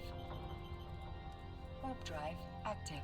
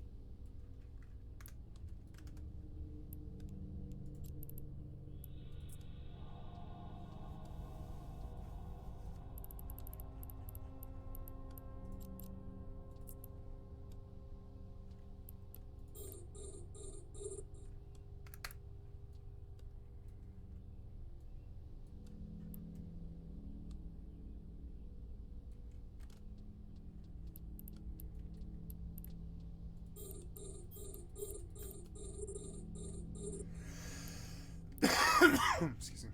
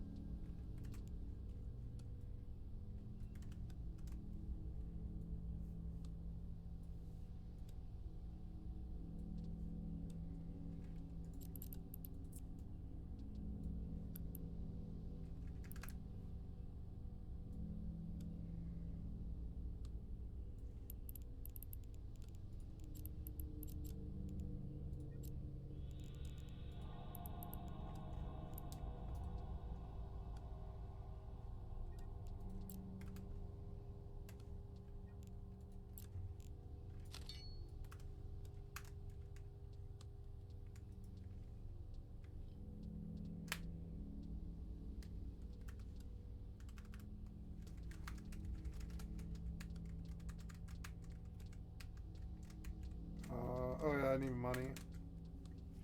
Oh, and my wing crystals. Yeah, I might just buy one stack of wing crystals. Might be enough. We'll see.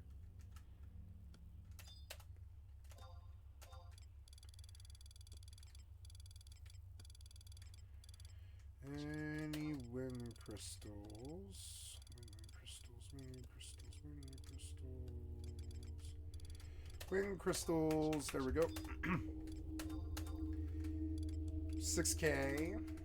Nice. 6K is enough. It'll help me keep going forward.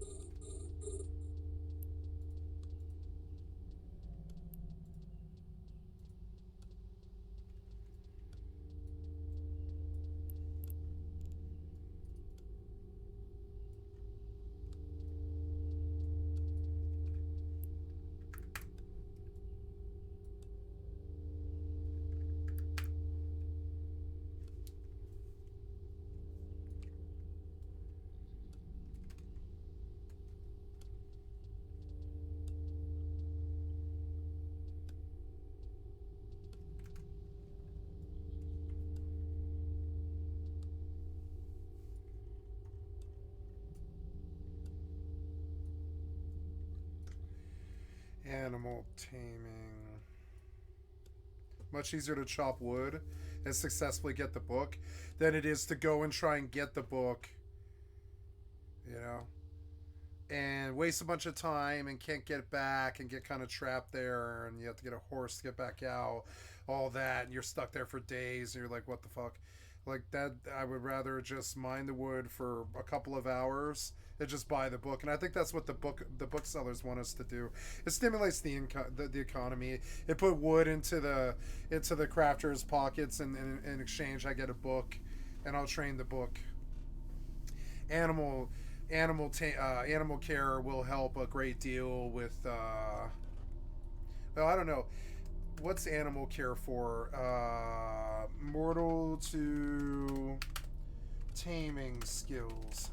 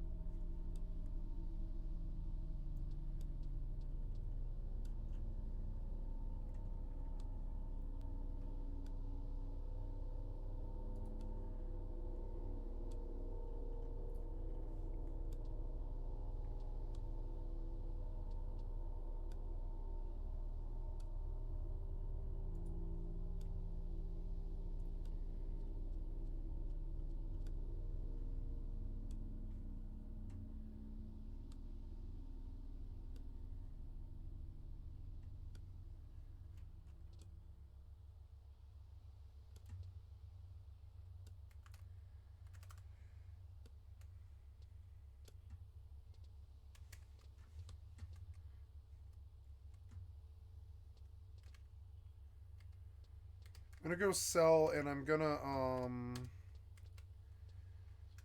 wait. And I'm gonna go get out my bear. I want him to level. It's late enough at night. I didn't want Friday night prime time, but it's late enough at night now, where a lot of people are in bed. And yep, see, the streets are empty. Well, they're not empty, but Jesus Christ, why is this element so big? Oh, it's a Campadon. Jesus Christ. Wow.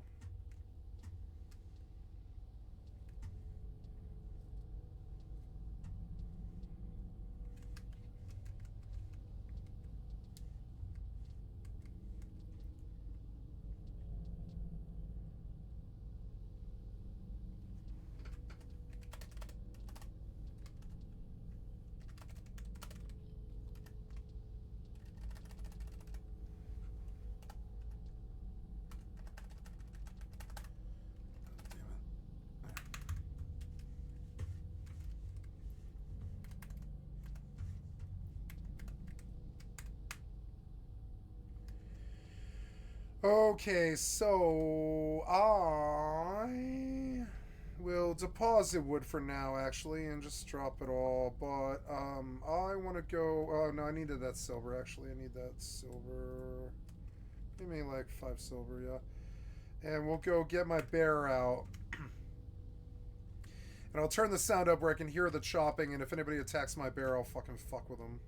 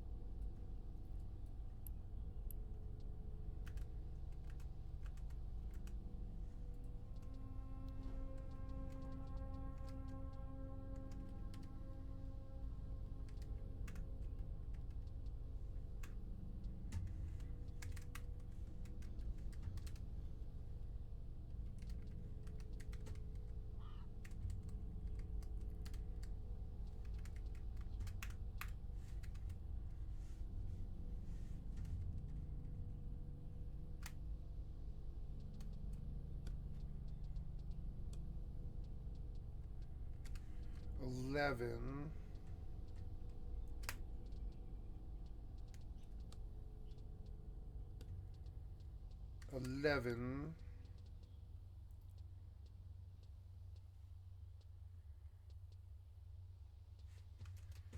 Yeah, eat that pig. Eat those pigs. Yeah.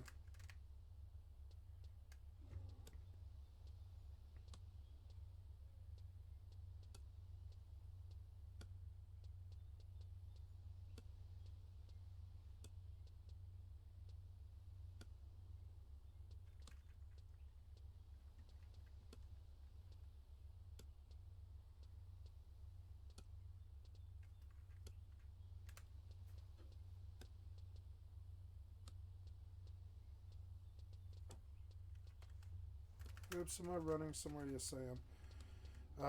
So now I need wind crystals, and I need to sell these brass sheets.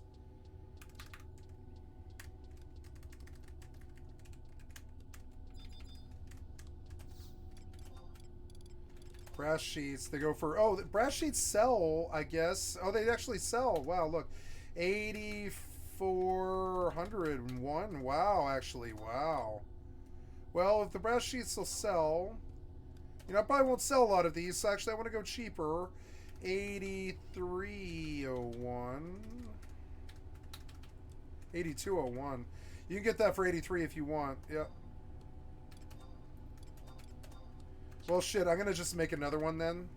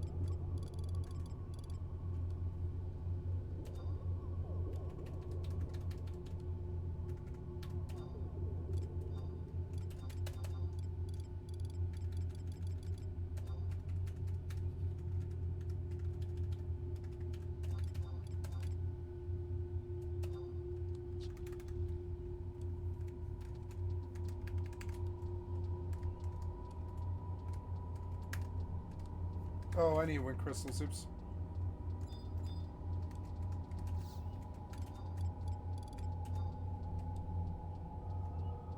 Pick up for crafting. I've been fighting way too much for weeks. Feels good to calm down and do something else. Normally I would fish, but it's really hard to do 3 clients and fish. It requires too much of your focus, which would pay more. It would pay more faster, but it's...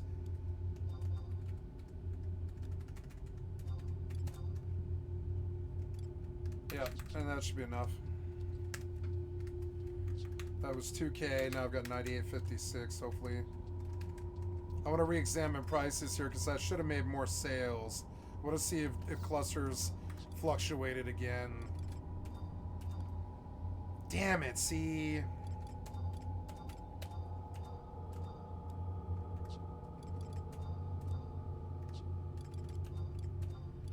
I don't think crystals cost anything to place on the auction, though.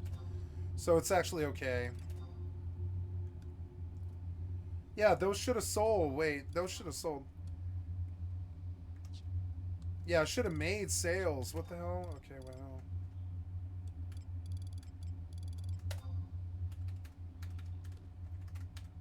I'll make sales and it'll be a lot. It's just got to actually sell, you know? It'll sell.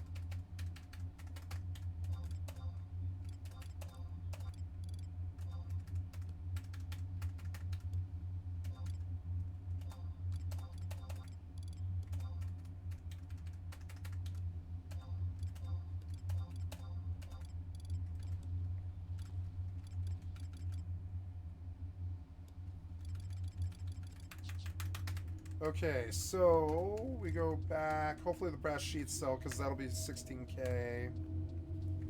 We see that there's a profit sink, but I mean making brass ingots isn't that easy either. I could go back to making brass ingots, but I'm out of fire crystals. I'll need to buy those too. The only reason I'm doing all this is fire crystals are like a historic low, and I kind of want to buy a lot of them, but I don't have any money, so I'm just kind of...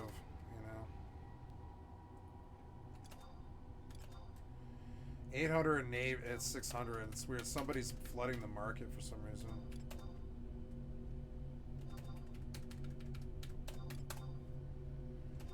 So I'll take advantage of it and I'll craft for a while because I like goldsmithing. It fits my temperament and it's in my home city, and you know.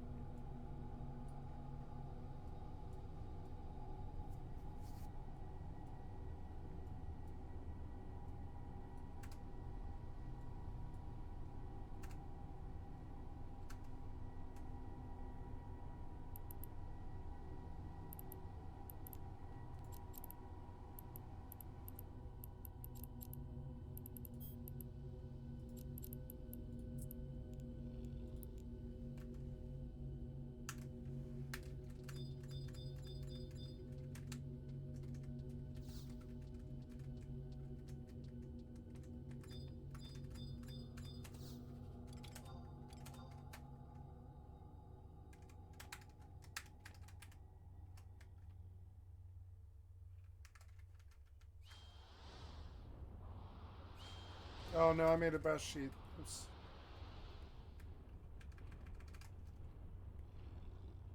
That's okay.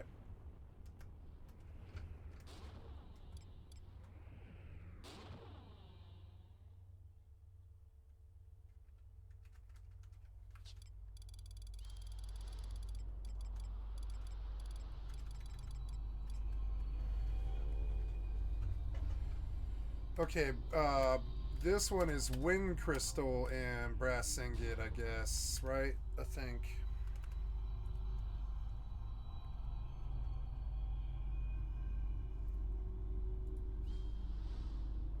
Oh, brass sheet. Oh, you can convert brass sheets. I'm sorry. Oh, okay.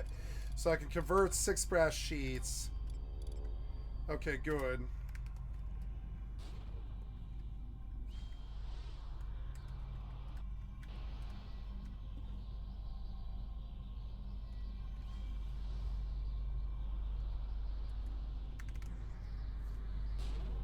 Your skill has increased. They've improved the crafting where it's not such murder anymore. Used to be on Nosomi, you would go 15, 20 breaks, and you'd be like, what the fuck, you know?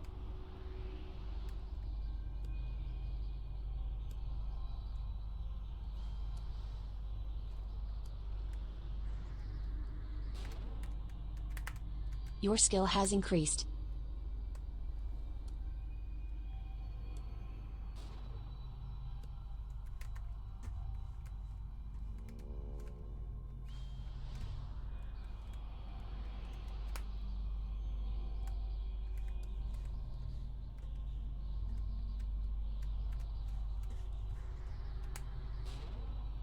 Your skill has increased.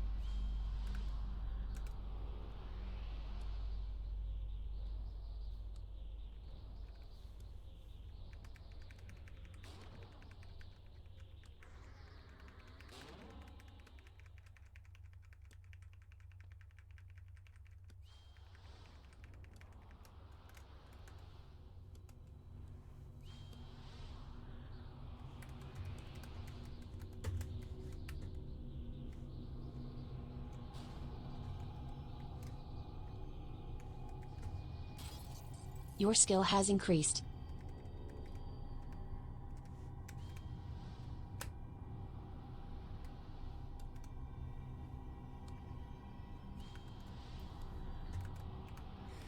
I'm gonna turn up a sound so I can hear if anybody tries to kill my pet.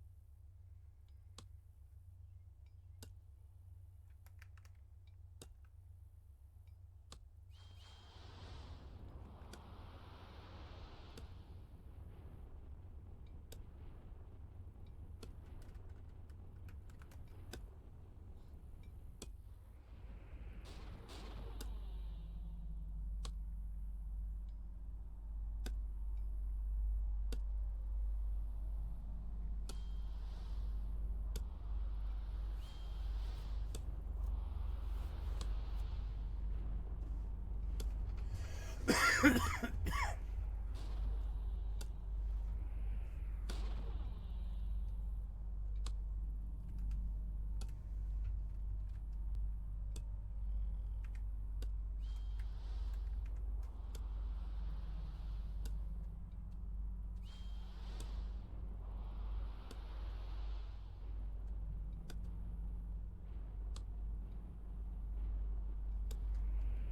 asteroid is depleted.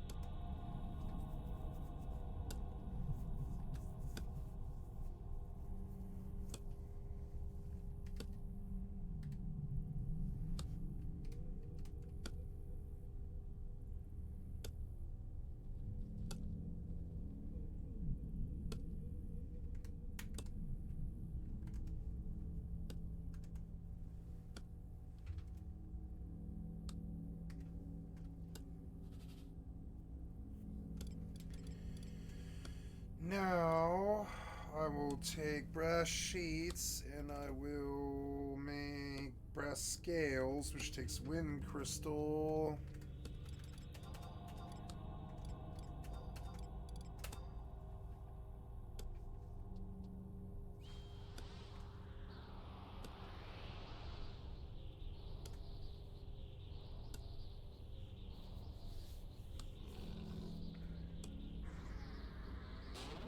Your skill has increased.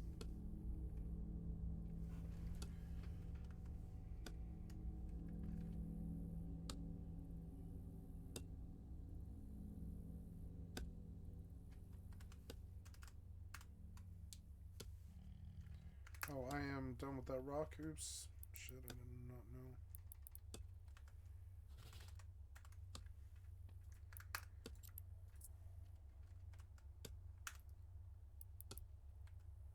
I'm full. So when we get to this...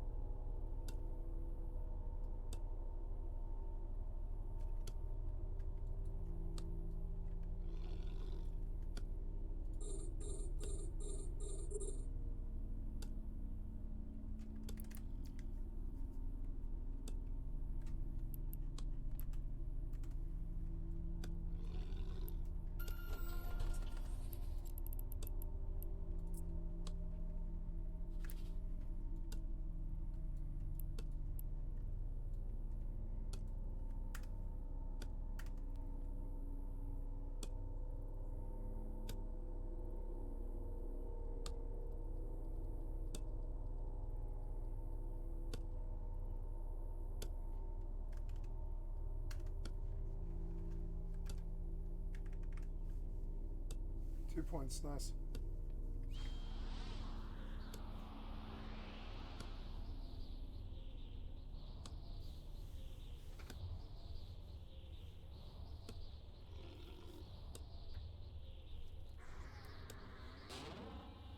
Your skill has increased.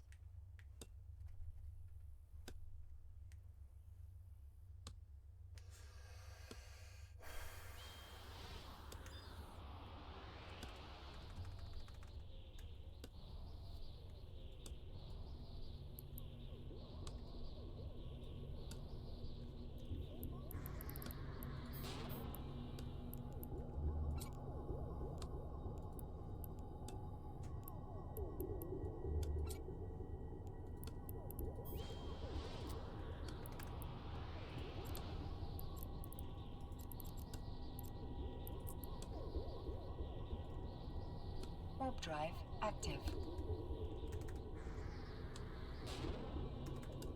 Your skill has increased.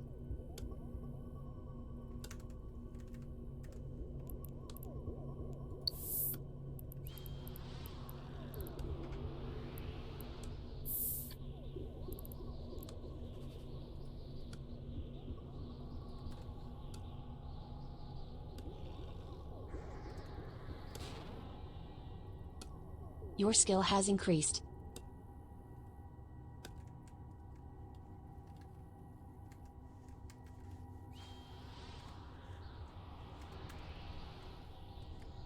Docking request accepted.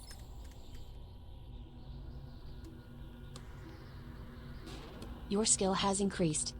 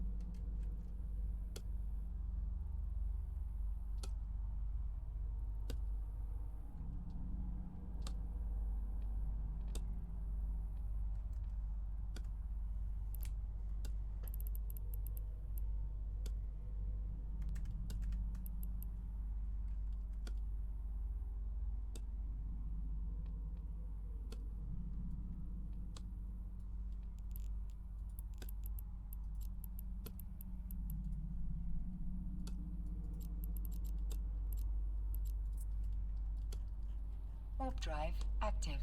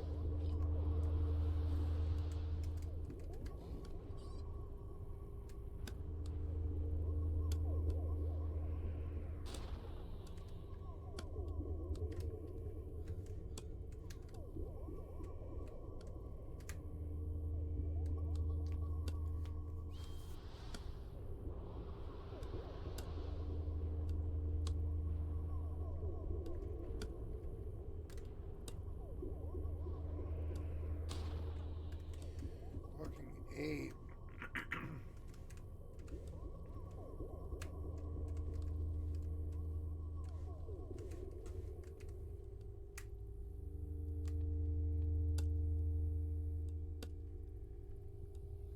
Eleven.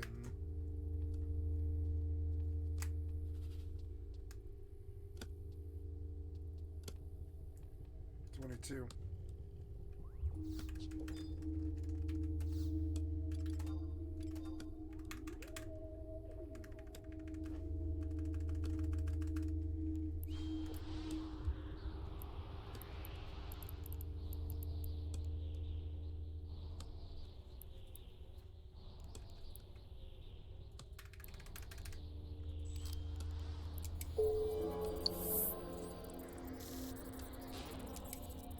Your skill has increased.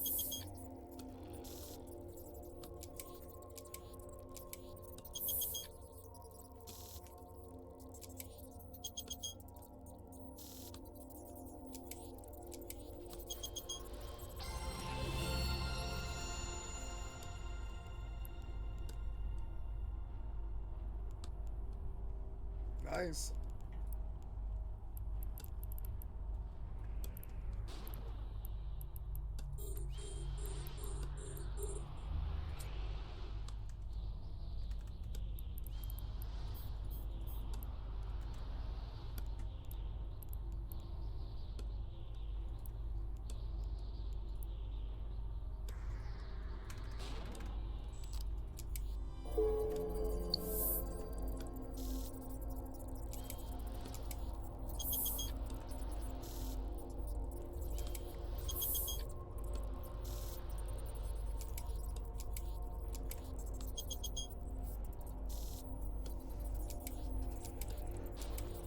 Come on, big money.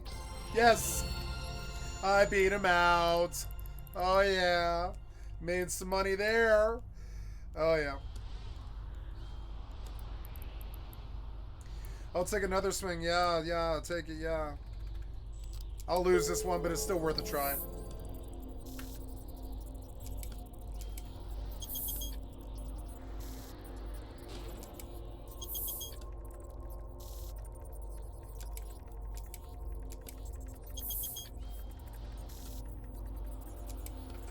Oh, am I out? Yeah, I made all the brass scales. I got a stack now. So now I have to go back to making oh,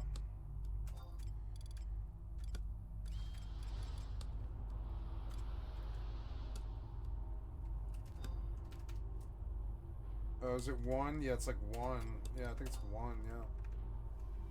Wait, what is it? It's like fire. Oh yeah, what is it? It's like to make brass ingots, it's fire, zinc, and 3 copper ore, 1 zinc. Oops, no. 1, 2, 3. 3 copper ore. There we go.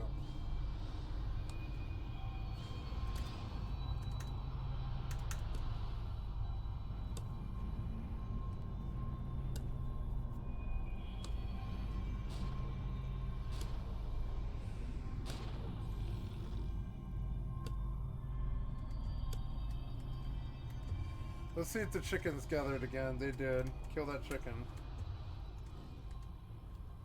He's getting good XP doing this.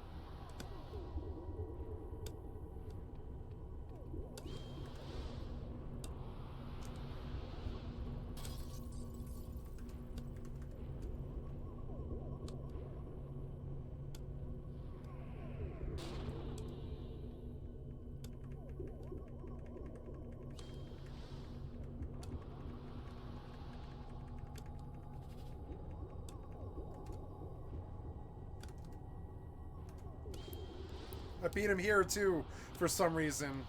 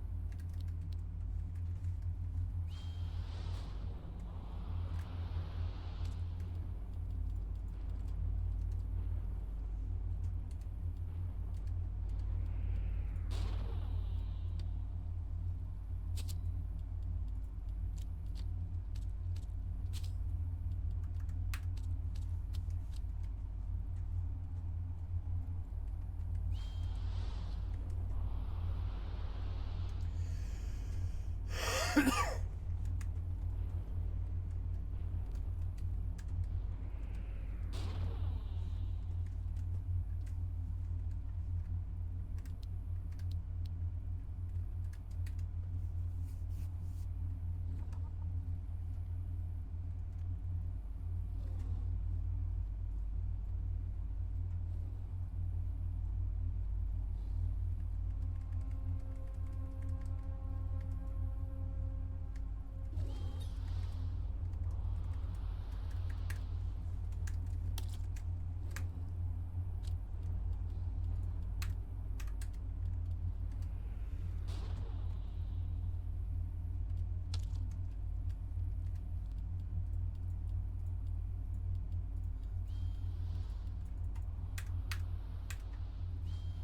kind of love this game now. Like, low-key.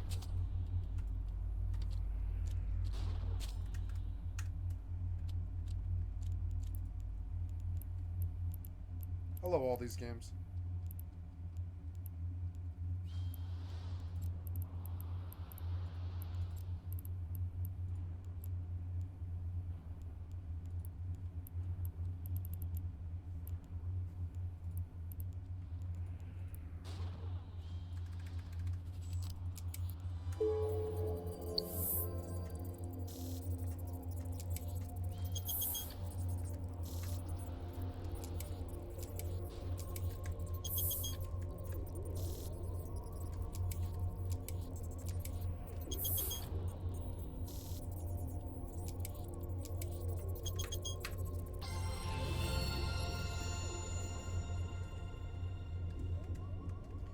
Yay.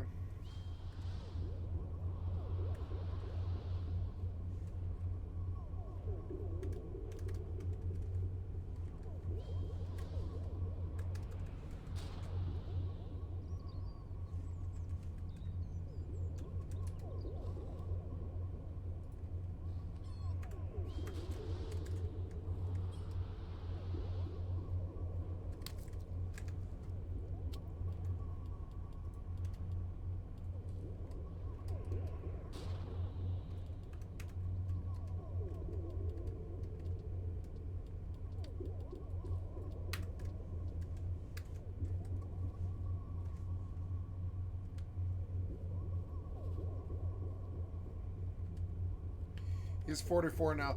He makes a lot of XP and levels off of killing these animals. And I make money, so, I mean, it's actually a good deal for both of us. I do like the game if you take it at face value. You just enjoy the pacing of it. It plays like slow molasses, but I mean, it plays like real life, kind of.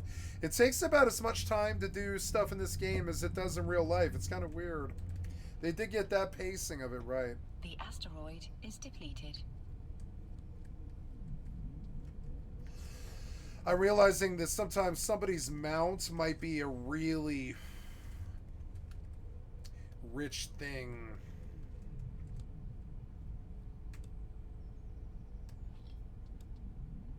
It's good at stay time because I can see easier. This one's hit.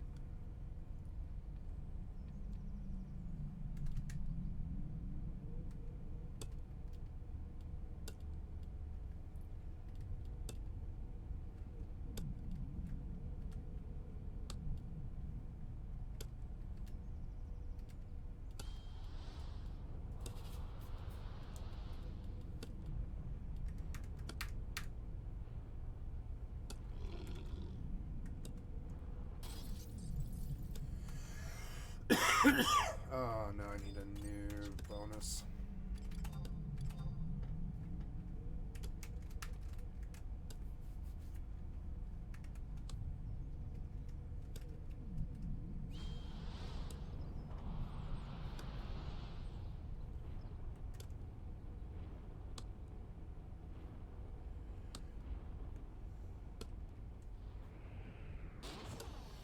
I forgot how much I liked the crafting. When I was young, I didn't have to worry about time, so it really felt good. But then when I was older, when I was like 20, it felt like such a waste of time, kind of.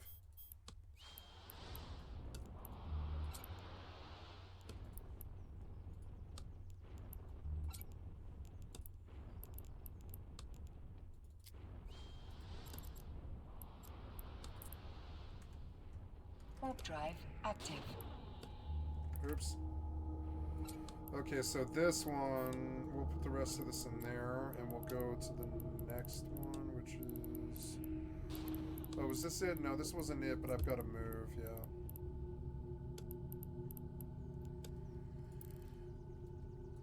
She's done now. The alt's done for a while until the next one pops, because this place is dead. They'll suck this one. I mean, they already did. They're like sucking this one dry, like as we speak. Yep, there we go. Okay, pull in the drone. And dock up. Docking request accepted. Warp drive active.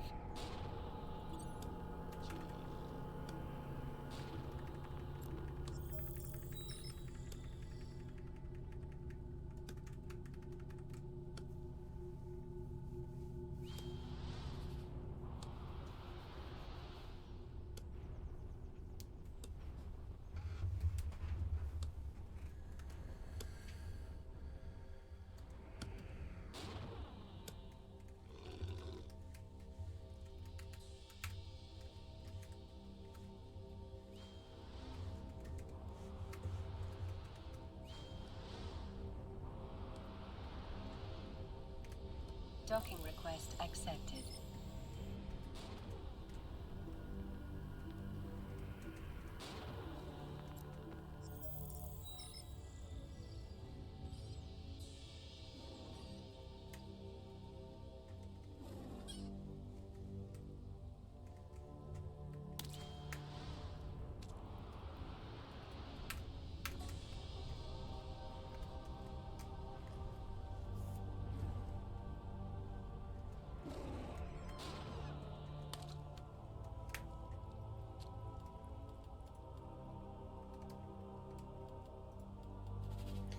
I could take it to the butchery table, and I think you're actually supposed to, sort of.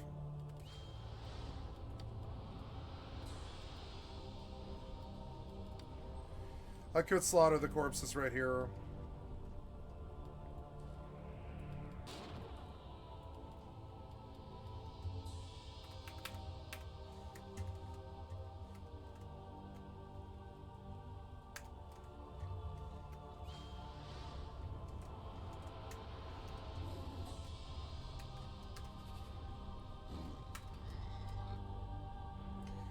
Fuck you, pig. You got shat on.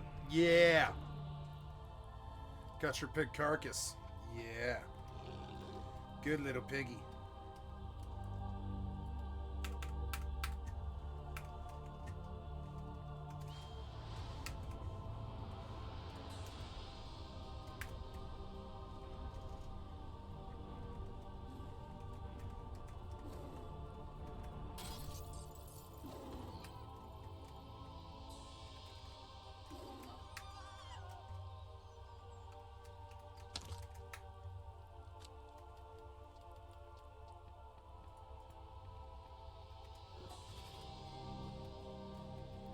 Yeah, he gets good levels off this, hell yeah.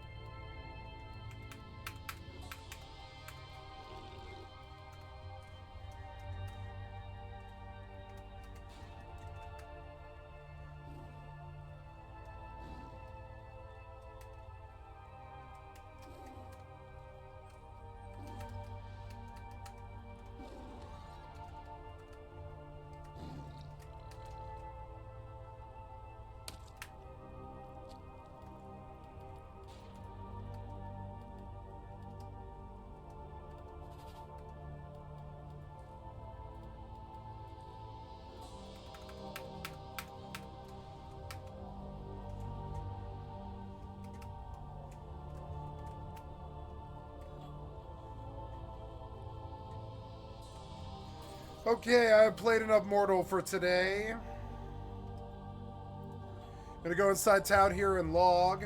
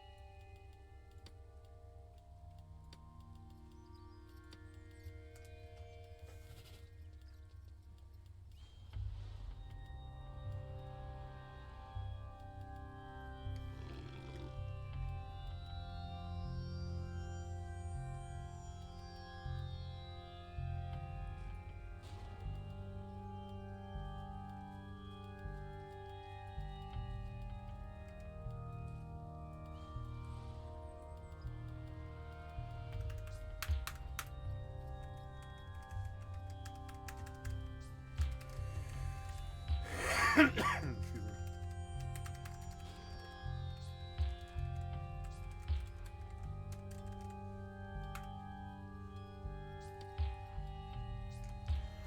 Okay, safe logging.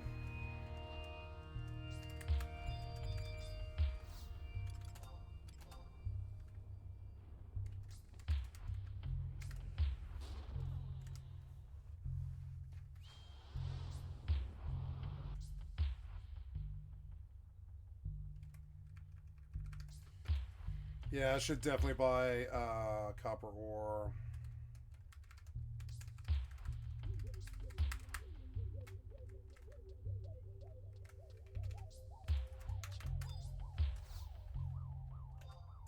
Oh, or maybe I already bought it. I think I already bought it. Yeah.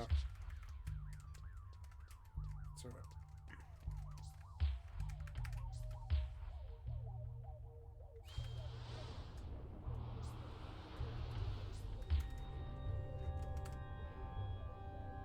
Okay, safe logged Immortal.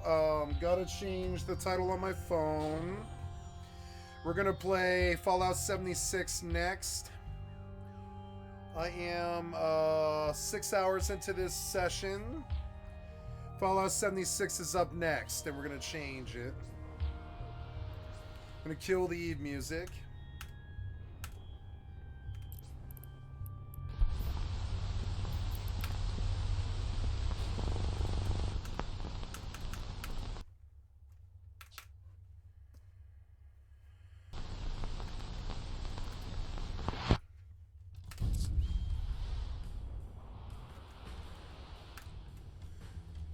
Okay, and made some money here, though I didn't get a boost, but that's okay.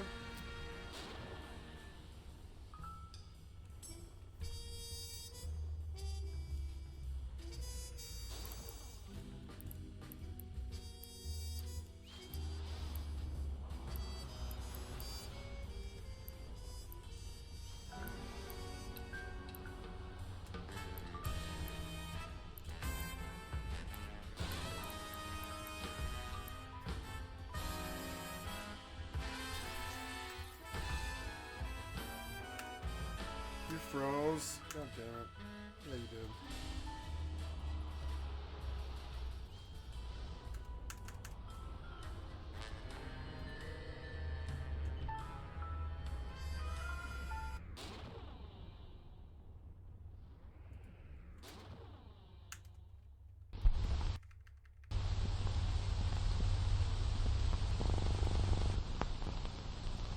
Synthesis canceled.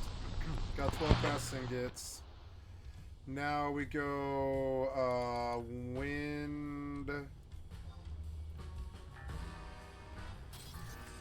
To make the other one.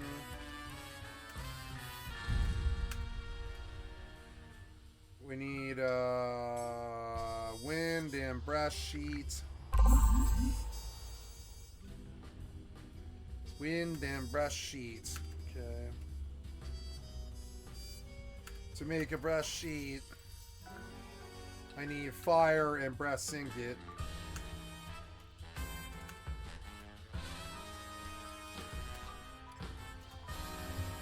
Okay, loaded.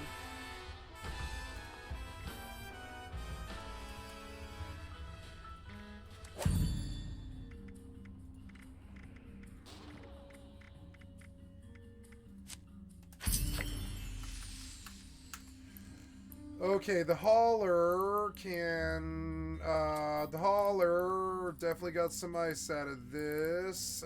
We'll stack it all, and we will compress. Nice, sitting on 173 million. So good, we're still in... She's got 633... I mean, yeah, I could just keep gambling. Yeah, I'm gonna gamble here for a while. I'm gonna log her, and I'm just gonna gamble for a while.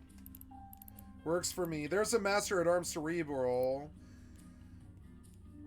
83 million. To buy it out would be 41 chance. For 20 million, I could... Yeah, I want to try it, yeah. I'll take a swing at this one. Yeah, I have an interest in this one. For 20.8 million, I could win a Master at Arms. It gives me... Oh, no. This guy's got 448. I'm sorry, I misread this. No. That's okay. He wanted this. Yeah, the Master at Arms. I wonder if I can find this particular one. Go back and... Only one. That's alright. Man, I could do that. I could take the Master at Arms, right? And I could put him up for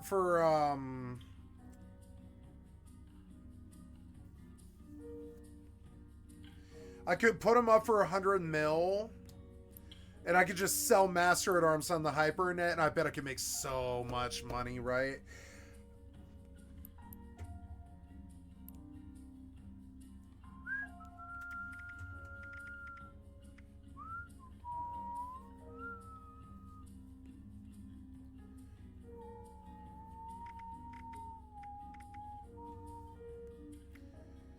Wow, you can re-roll your character to, like, what, look differently, I guess? Oh, no. Yeah, I remember now what it is. I don't mind buying Repair Kit 40, but they go, like, to the wrong account. And I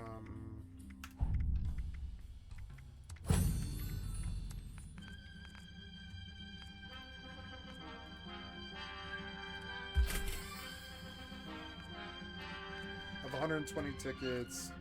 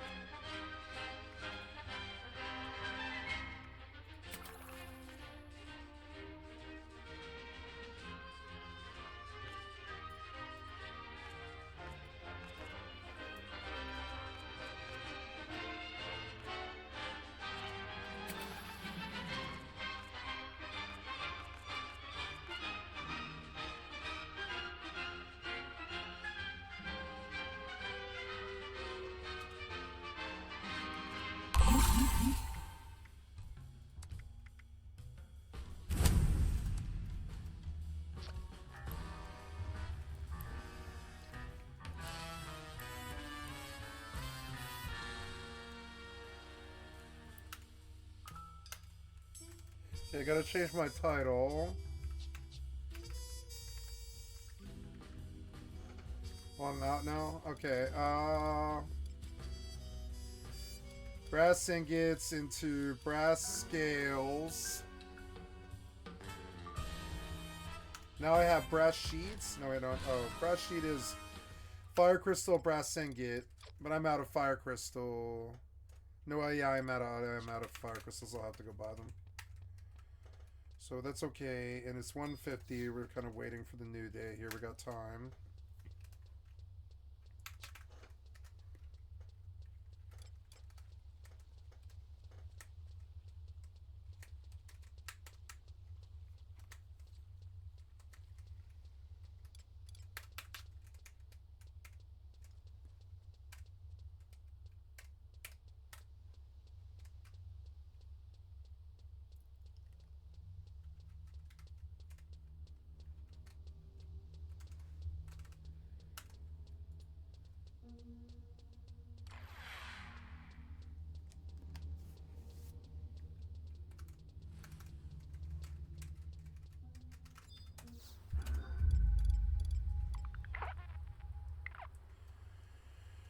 Brass scales, 2,700. I'll sell it. Yep. 2601. Okay. And then brass ingots, right, but I need fire crystals. 818 still sitting 600. Maybe I can get lower. 570. Wait, I'm dead, am I? Oops, yes I am. Ah, I'm dead, I'm dead. Why? Well, that's cool. My camp is at least here, yeah. Like, no, I'm gonna pop the camp, yeah, please.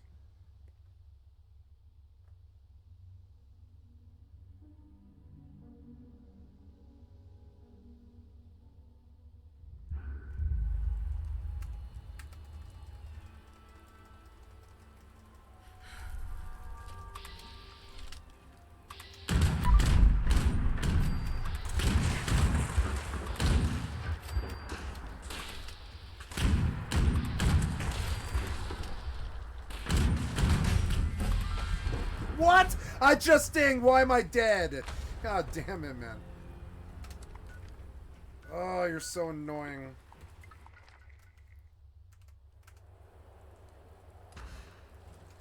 Gotta change the title. God damn it. Ah. Where's my camp? Oh, right. It's up there. I gotta get up there. That's right.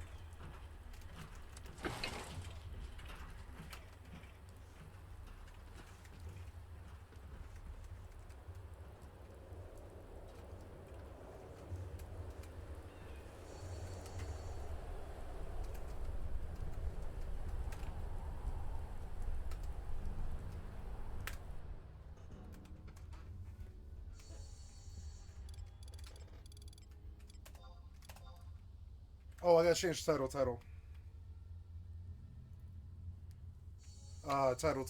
Title. Now, live streaming. My days of Horizon Forbidden West on stream are over, unfortunately. So now we say Fallout 76 and we save it. Oh, you are unlisted. Why? You know you are not unlisted. 42 minutes, 2 hours and 40 minutes. What do you mean? What do you mean? Oh, when I DC'd, you mean, yeah, edit. Unlisted, public, done.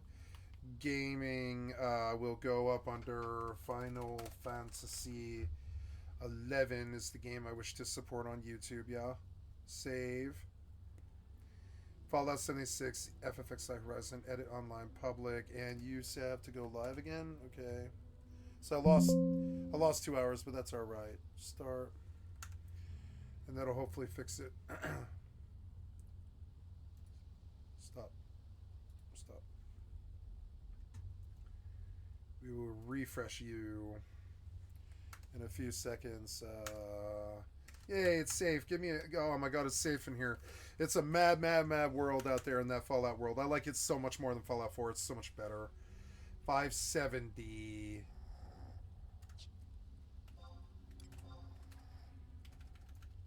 $570. $570. $580. $590. $590. Okay, that's a good brace of fire crystals. That'll do. I'll get like 2 more actually.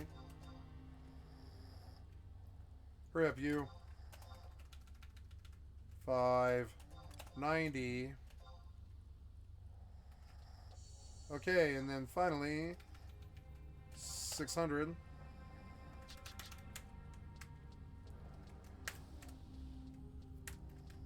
I'm at 46.95. I should probably monitor my sales actually while I'm at the auction house because active sales are the only reason why I would continue with this. Yeah, see, I'm not really making that many sales.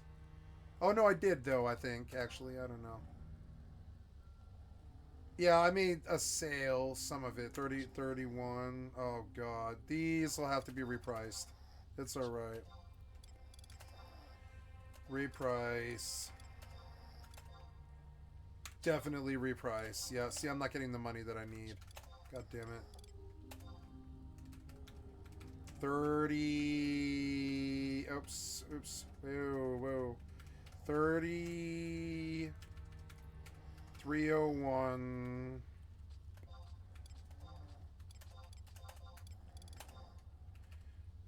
2901.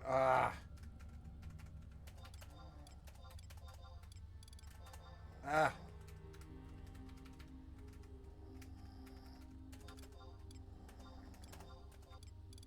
There, better. Okay, get up. This sounds annoying me now. Get up. And then, brass scales. Brass scales, brass scales, brass scales, brass scales. I can't remember what I'm doing yet. It's like, brass sheet, fire crystal, brass ingot, right? 9 to 11 to make brass sheet. And then I take brass sheet and wing crystals. I don't have any brass sheets. I'll have to make brass ingots into brass sheets, which takes fire crystals. That's good. And I need to check the D-box because I think I did make like 1 or 2 sales, and that will be all the difference. Because I need a little bit more crafting money before I can start really... I don't know, like... Yeah, oh man, I'm low. Yeah, no, I do need to go check the D-box, yeah.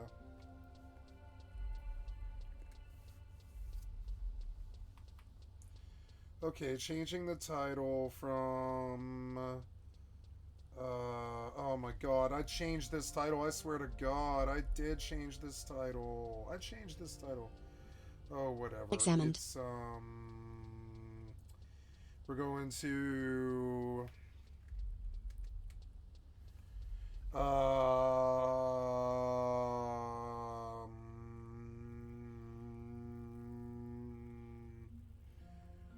Fallout 76, Fallout 76, right? And FFXI Horizon and EVE Online, and we will save. And there we go. And brass scales, wing crystal, brass sheet. Brass scales, wing crystal, right? Wing crystals and brass sheet. No, fire crystal and brass ingot, right? Brass ingot. So wing crystals, I'll have to buy. No, I have some. So, but I came here to see money. Oh no, no money. Oh well, that's okay. So I am pretty much broke.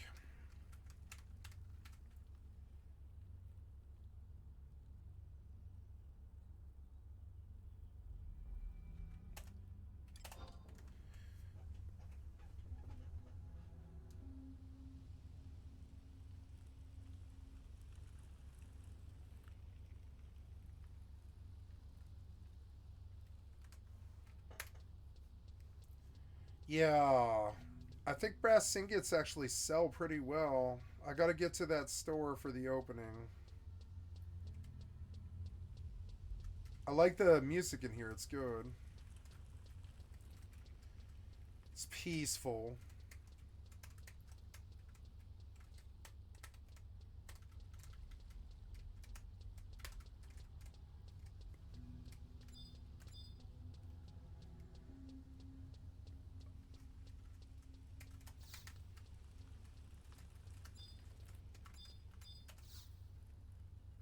Eight. Okay, so at 8 it opens. Gotta do fire to brass scales, was it? Oh no, yeah, 9 to 13 was, or no, it's brass scales, but brass sheet is fire and brass ingot. No, brass ingot. Fire and brass ingot. I'll make some brass sheets, yeah. Brass sheets actually sell. I should have gotten the bonus. I don't know why I didn't. That's okay. I got the synth.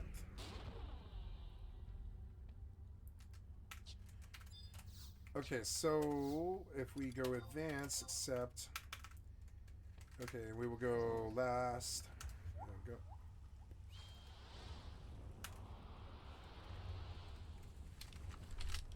It's always good to stay positive. Yeah.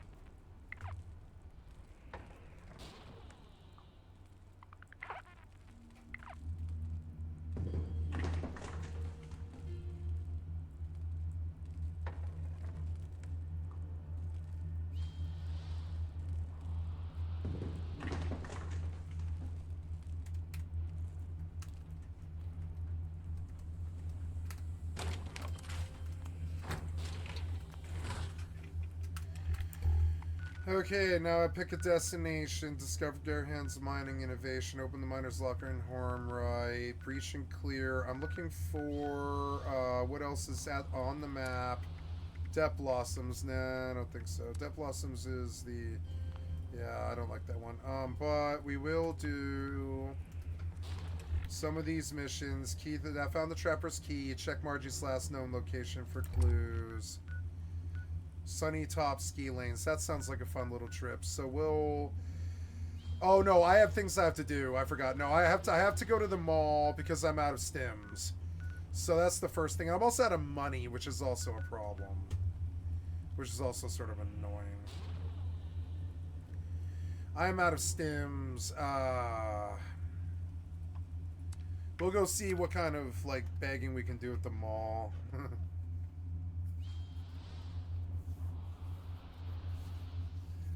Sound like such a drug addict. I'm like, I am out of stims. I gotta go see what begging I can do at the mall.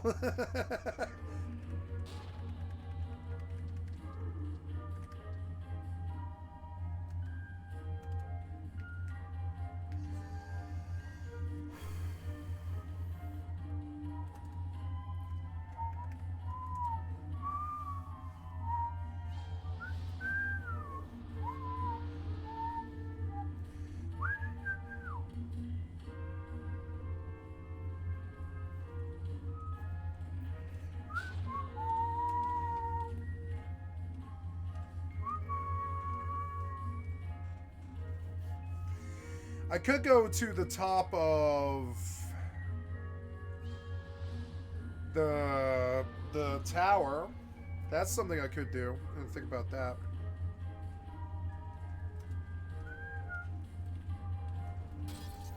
How many brass sheets do I have now? I have 8 brass sheets.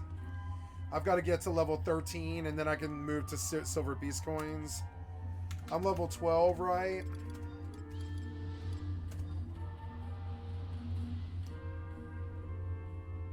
Yeah, I'm level 12. So I think this should hopefully be enough. I'm going to stop here. Then I'm going to go to wind crystals, and we're going to burn brass sheets. There we go.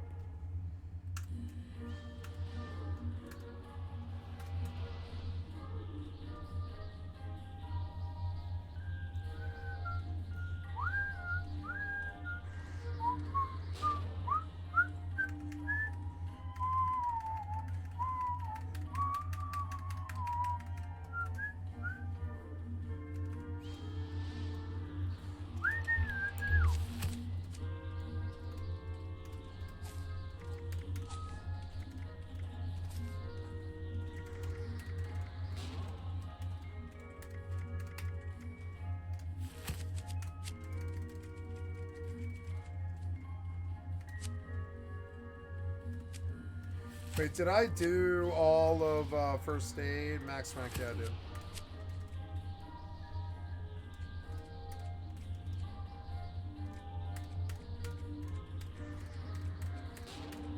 Your skill has I don't increased. have super duper whatever, I forget, but...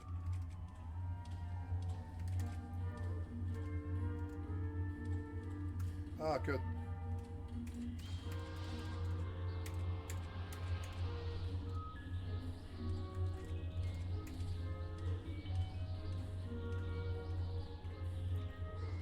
Yeah. Your skill has increased. I think I need most was pharma.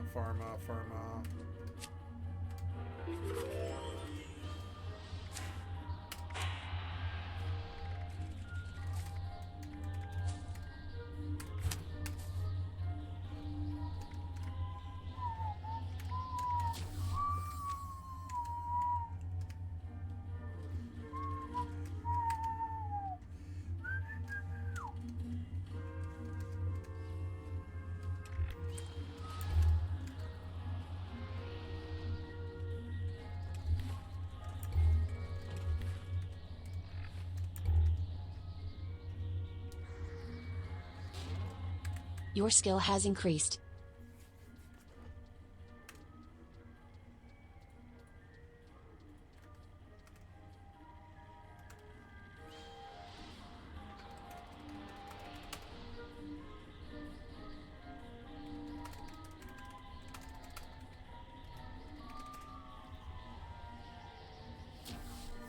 has increased.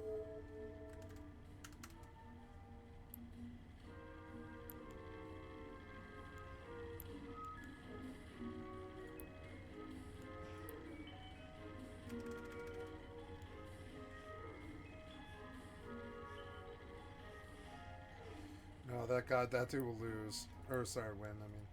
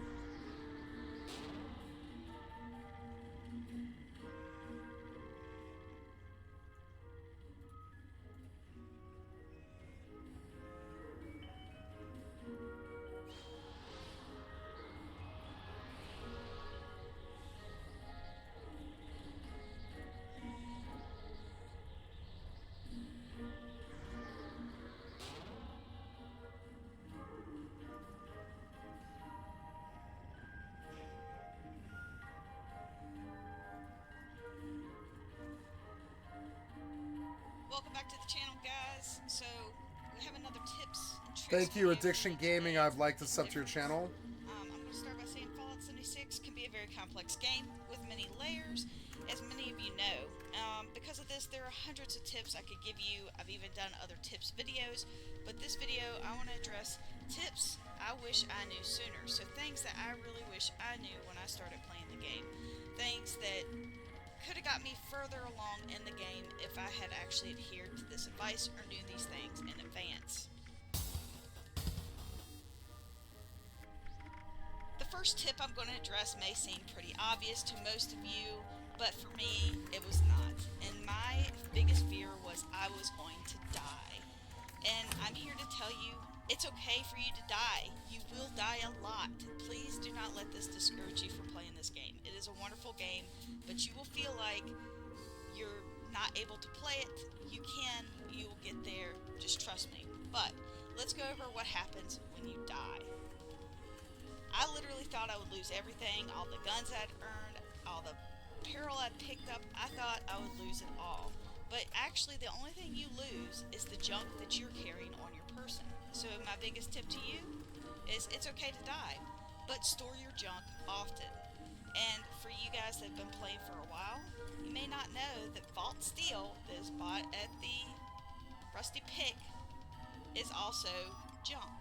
So that means as soon as you buy it, you need to store it. Because otherwise, if you happen to die in between that time and when you actually store your junk, you will lose it forever because it's a non-tradable item.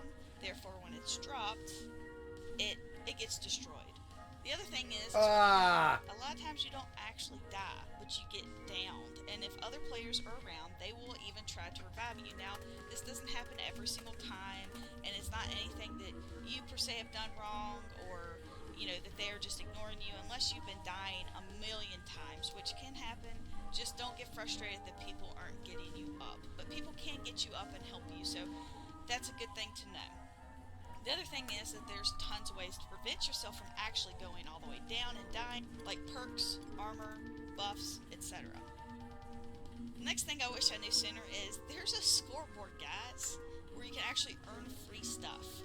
Most of us start off the game just doing the story, but there's so much more than that.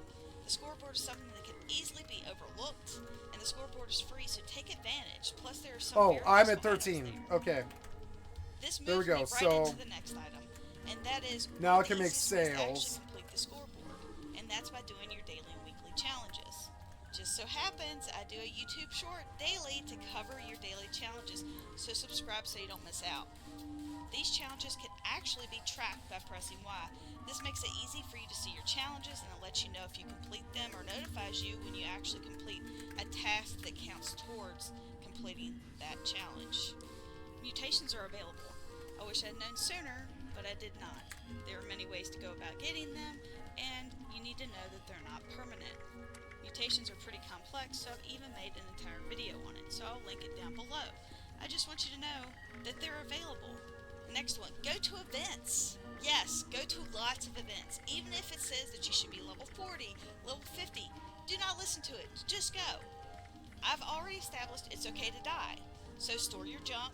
Now you can even do it at lots of the events, which is really nice. The new update, they put stash boxes at a lot of the big events, so you can actually do it at the event if you forgot. But if you do die at the event and you have forgotten to store your junk, if the event is actually going on at that time, you will not actually lose anything. You won't lose your junk, you won't drop anything, it's great. But if you were to die right as the event is ending, or after the event has ended and you have a bunch of stuff, you can lose all that stuff. And with the loot all ability that we now have, it's a lot easier for people to accidentally pick up your stuff because they're looting the whole area. So just be aware of that, and somebody's not actually trying to steal from you at this point. Events also offer unique rewards. Plus, you level up faster and you can discover new places. Here's a tip for an event. Go to Scorched Earth. It offers some unique rewards, and it is a blast. One of the rewards it actually gives you is Stable Flux. Stable Flux is extremely hard to come by, especially in the early part of your game, and it's complicated to get. And you they raised the cap limit finally. So go to this suddenly. event. Another reward from Scorched Earth is repair kits. Oh my god, I wish I knew about repair kits. Repair kits may be one of the best things in-game. My preconceived notion about repair kits was twofold, so I had two different points of view that I looked at this and couldn't quite figure out what they did. So the first part is I thought, oh, you could repair your actual armor or weapons anywhere in-game without having a workbench, but you had to have the junk. The other notion I had was that you use the repair kits at your workbench only, and that would replace your need to have the junk. Well, it does both. Literally does both. You don't have to have the junk, and you don't have to have a workbench. It just does it on the fly, in the field, as you play. So how do you take advantage of these repair kits? You go in through your Pip-Boy. So, in your Pip-Boy, you find your weapon that's broken, or your armor that's broken, and then you just highlight it and select it. At this point, push in the R stick and then push Y to repair it. It is done just like that, just done. And then you just need to re-equip your weapon and you're good to go. I would carry a bunch of weapons with me because my weapons were always breaking, and I was afraid that I would miss out on the event because I didn't have a weapon to use. So that created a whole other set of problems. So use your repair kits, guys. You got two different types. This leads me into the very next tip. Scrap kits. So scrap kits are found under your miscellaneous section of your Pip-Boy. And let me tell you a little bit about it. So have you ever been wandering around and just wished you could pick everything up that you saw and still be able to fast travel? Or have you ever been over-encumbered, or over-encumbered as they say in the actual game, and you still want to fast travel but you don't have any way to actually store your junk at the moment? Well, no need to fret, because all you have to do is go into your miscellaneous section and push scrap kit. What the scrap kit does is it sends all your junk to your stash box if you have available space. Now if you're Fallout First, it sends all your junk to your scrap box. Items that cannot be broken down will be sent to your stash box whole, even if you have Fallout First, as long as you have available space. The next thing I wish I knew is about backpacks. Now, you guys come out of the vault now with a backpack, but it's not as easy as all that. So there's a lot to know about backpacks. In fact, there's been dozens of videos made about it. I've even made a backpack plan video myself, so you can check that out if you want to. But the biggest thing I want you to know and take away from this is that the backpacks leveled up. So that means that you can carry more stuff if you level up your backpack. You just need to know the plan.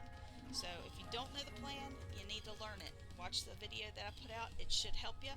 The other thing is you can actually get a bigger backpack by getting a medium or standard backpack plan, which is earned through another quest, which is a whole nother reward. I just want you to actually know that these things exist and that you should level up your backpacks. The next thing I want to point out to people that are further along in the game is about the gold vendor at the Wayward. So once you're able to cash in your treasury notes for gold, if you know you know, you can actually go to the Wayward at that point and actually spend caps for gold. This happens once a week, and he's available only after you've completed certain missions. But there's a way to get gold if you don't have treasury notes. Legendary perks. So there's legendary cards when you go into your loadout. If you look at the very top of the screen, you'll see a little blue line with 2 arrows pointing up that says legendary perks. Once selected, it will take you to the legendary perk cards. You can unlock 6 different slots, and it's unlocked every 50 levels, with the first one being unlocked at level 50. There are numerous perk cards that you can choose from, including extending your special. You can upgrade these legendary perks by using perk coins. Perk coins can be earned from the scoreboard or by scrapping cards that you do not need. Each perk coin that is scrapped is worth 2 perk coins. The further you upgrade the card, the more perk coins you need for the next upgrade. The best thing about the legendary perks is that once the slots are unlocked, they are unlocked for all characters. You just need perk points in order to select your cards. Were you aware you can share perks with teammates? You may have noticed while on a team, little rectangles. Oh, I forgot. I guess I've got a place. I've got to sell now. I'm sorry, I spaced that it. actually means they're sharing. But I've actually got to go sell too. You have the ability to identify the share card by the chain link indicator. I'm gonna see what the prices are on Silver Beast coins. Your charisma needs to be 3 times the worth of the card being shared. For instance, any card that's worth 2 requires 6 charisma points. It is not as simple as it looks. As you can see, I now have 9 charisma, so I should be able to share a card that is worth 3 points. However, I cannot share this card. As it says, you need at least 3 points of charisma for each per point of the card to be shared, even though I have 9 charisma. So if you go back out to your loadout, you will see that I only have 4 points of charisma. So that 4 points means that I can share 1 card. So it requires dedicated charisma in your loadout, not charisma for buffs or legendary perks. I'm getting the other charisma points for my legendary perks. Because of this, these points do not count towards my card sharing ability.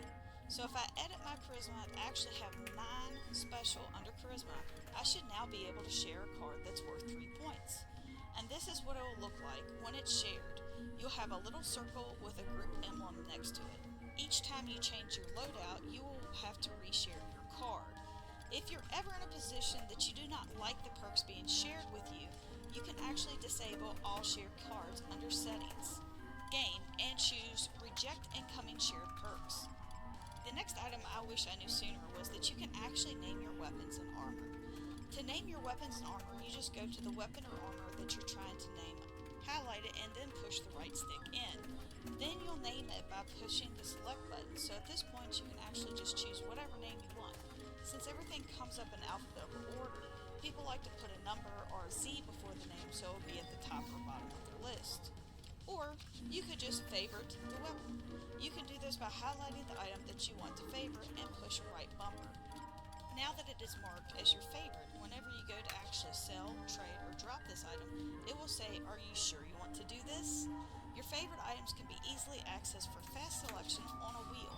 By pushing up on the D-pad, the wheel will appear, and then you can quickly access your favorited items and can switch weapons, pop a lunchbox, or take a buff. You can edit your favorite list from this wheel as well as just by hitting the right bumper again.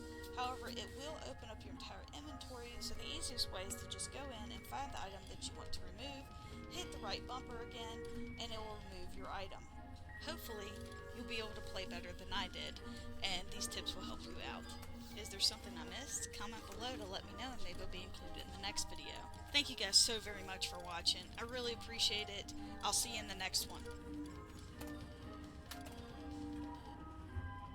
Hello there, so 20 things you might not know in Fallout 76 tips, tricks, general info for new players or long time.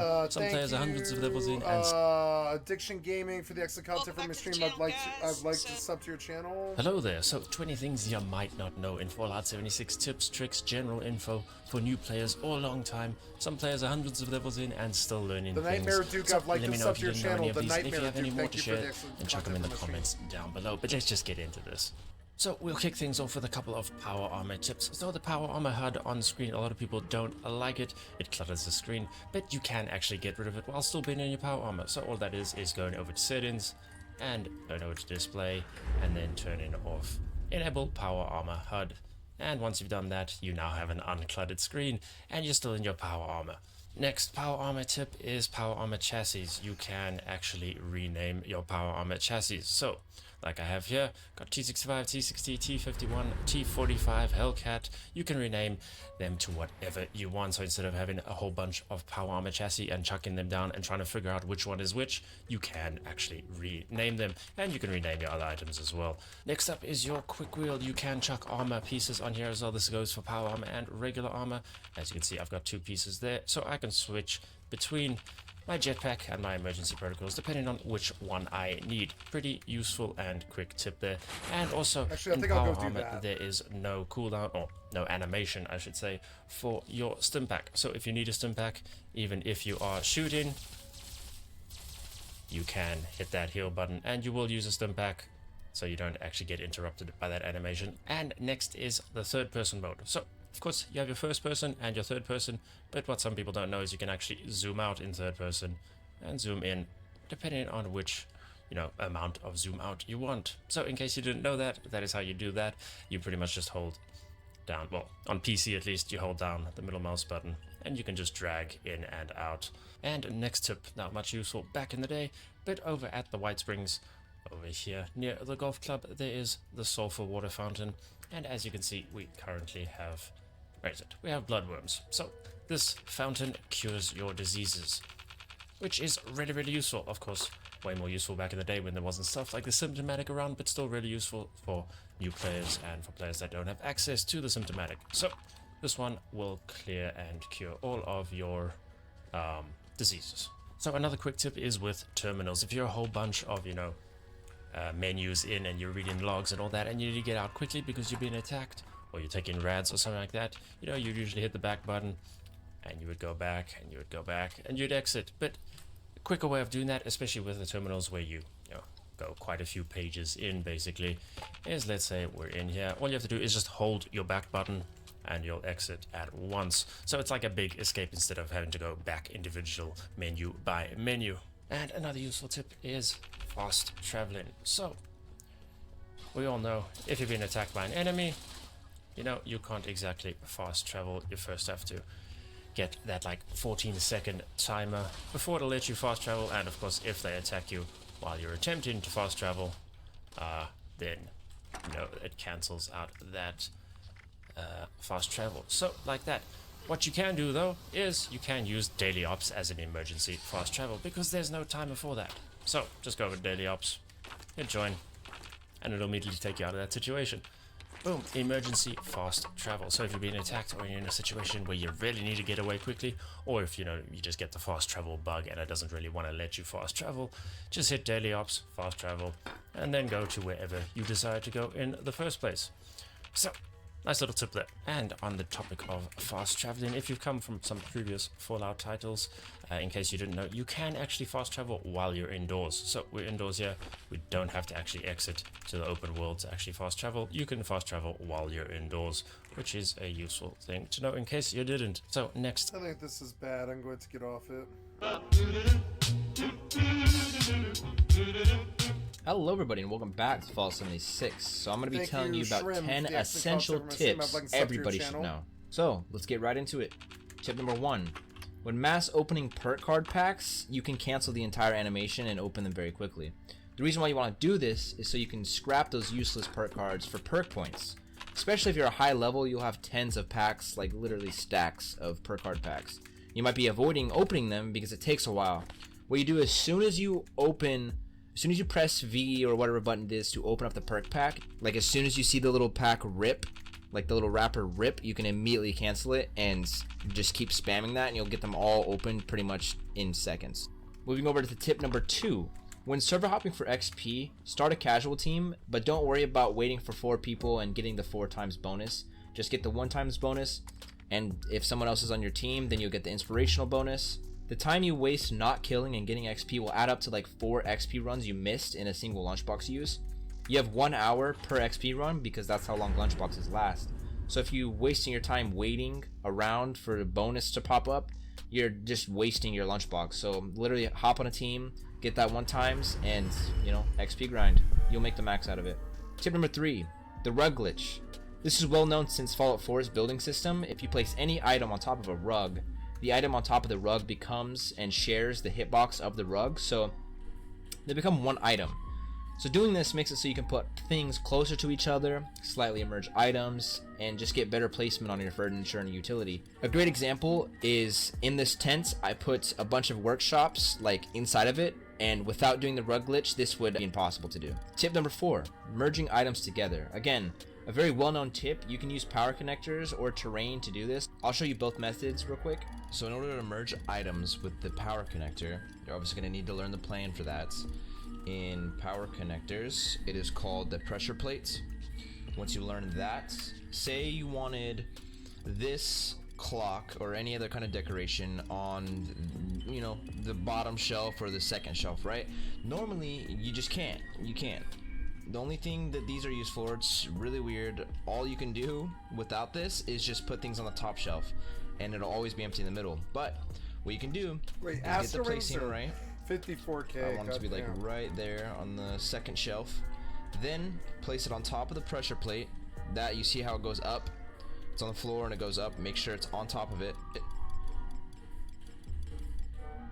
So now that you have it like this, you want to stand on top to where it sinks. Then you place silver rings, pick up the 1,000 shelf and place it again. And you spam this, and you can see it's so easy. You can see the radio is sinking in. It's sinking in. With this, it's easier than the terrain one, because with the terrain one, some places where you build, you're not gonna be able to have terrain that does it. Basically, the same mechanic that you're using the same mechanic, but you're finding a piece of land where you kind of sink in. Bigger jumps, the more it sinks into the ground. So like if I wanted to sink less, I would have it to where it's barely in the ground. And if I wanted to sink a lot, I would go somewhere where it's like super sunk in the ground, like right here, and it would be a big jump.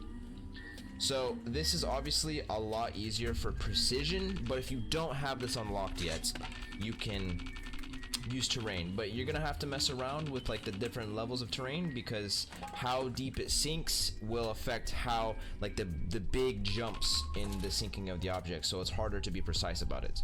Using this is a super good way of widening the creativity you have with your camp builds. There are some complex building glitches such as merging and floating things, but those are for another day. Tip number 5, utilizing the thirst zappers glitch going on right now. You can actually get the turbo fertilizer grenades and infinitely get crops. Combine this with a purified water routes, and you have infinite adhesive. One of the most used junks, but it's one of the hardest to get. Tip number 6, weight reduction cards do not affect anything put into your stash box. If you were under the impression that it did, it doesn't. Power armor chassis weighs 10 pounds, but with the perk card portable power, they weigh 2.5. But if I were to put a power armor chassis into my stash box, it would be taking up 10 pounds.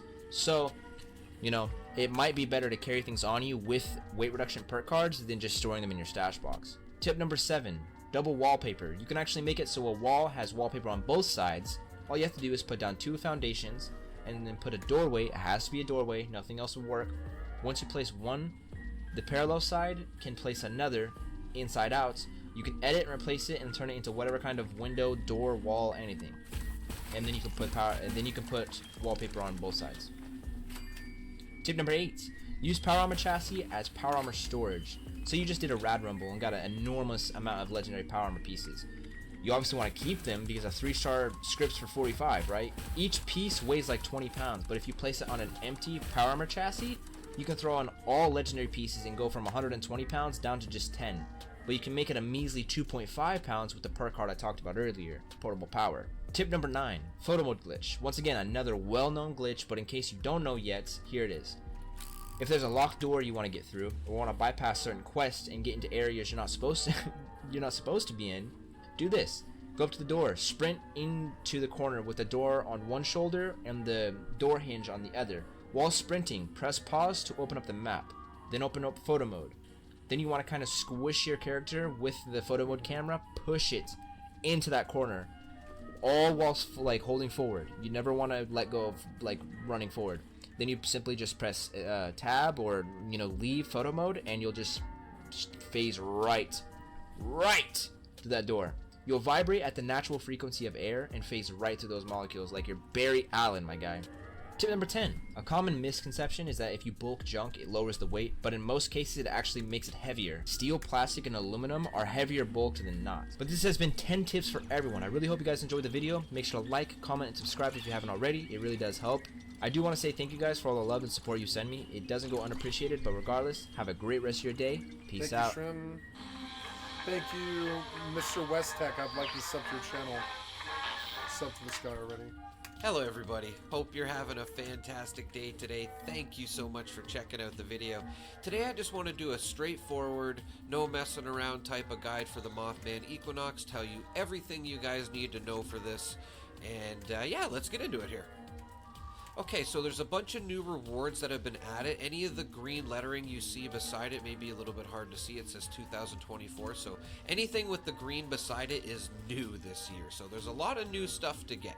And I just want to say a big thank you to HRH Flamecat Princess. Thank you so much for providing this checklist, or I wouldn't even be able to see what rewards I needed. So thank you so much, Cat Princess. Okay, so let's just go over the Mothman Equinox event here. You join the Wise Mothman's Enlightened in performing a summoning ritual, and that involves look to the rooftops for totems of warning. Blood troughs can be found on the streets. Look for orange banners. Be sure to protect all the pyres. Enemy waves will not relent. Don't forget to return to the museum rooftop before the Wise Man arrives. And that, in a nutshell, is what you're doing, but I'm just going to break it down here visually for you as well. So basically what you do is every hour on the hour this event will start. It's on for the next 2 weeks. And the first thing you do is, when it pops up, is you're just going to go talk to that gentleman on the roof, and then after a bunch of dialogue, he's going to get you to destroy these vines around the 3 pyres. There's 3 locations for these pyres, and one's at the bridge, one's at the church, and one's by the river. And these are going to come into play a lot. There's also these things that you have to destroy as well around the city. I just wanted to show you a little up close of them. They are called the totems of warding, I think. And I just wanted to show, if you just go up on a rooftop, you can see more than enough of them. You can probably get them all done just from sitting on the rooftop. And another thing you will have to do is you will have to collect blood from the albino rad stags, and you will have to put it into the troughs, as they said. Look for the orange banners. They're scattered everywhere. They're very easy to find. And just so you, in case you didn't know, this is what one looks like. You just come up here and put the blood into it. Just want to show another little trick too, starting from the bridge whereabouts you spawn. They seem to sometimes pile up over here in this area. I just wanted to show. Sometimes I'll sit over here and you can almost see them spawn. So if you're looking for a few extra, just come over to this area here. I tend to see a lot of them over here sometimes. Another thing you'll have to do is kill cultist prophets. You will have to get 6 of them. This is boring to me.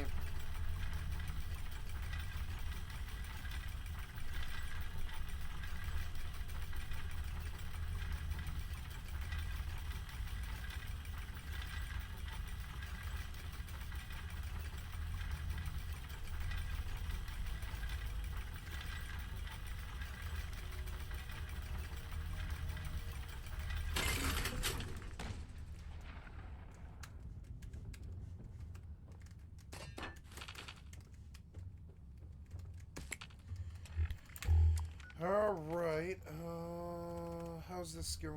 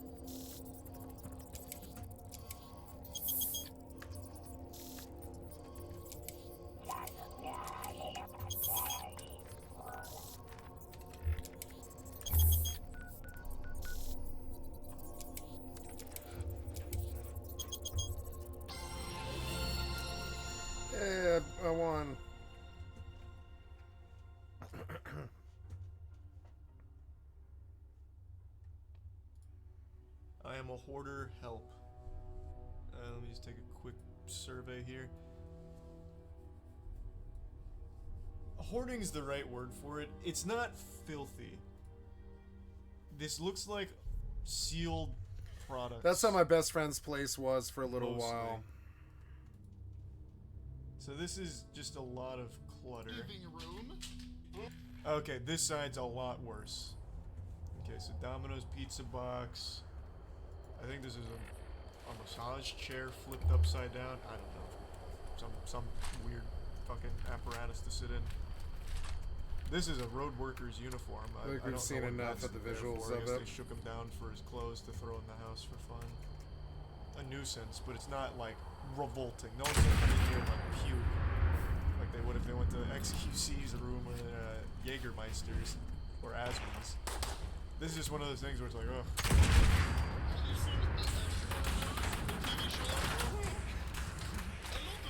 I like that answer.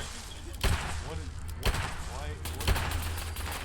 Official trading cards? But why? Is it like an investment gone wrong? Pokemon cards are blowing up, so why not these? The streaming room's pretty clean. Oh, never mind. I didn't even see all this down here. Okay, so this is less hoarding. This is less like hoarding clutter and more human waste. So a lot of food and drink shit. This is like a carton of milk.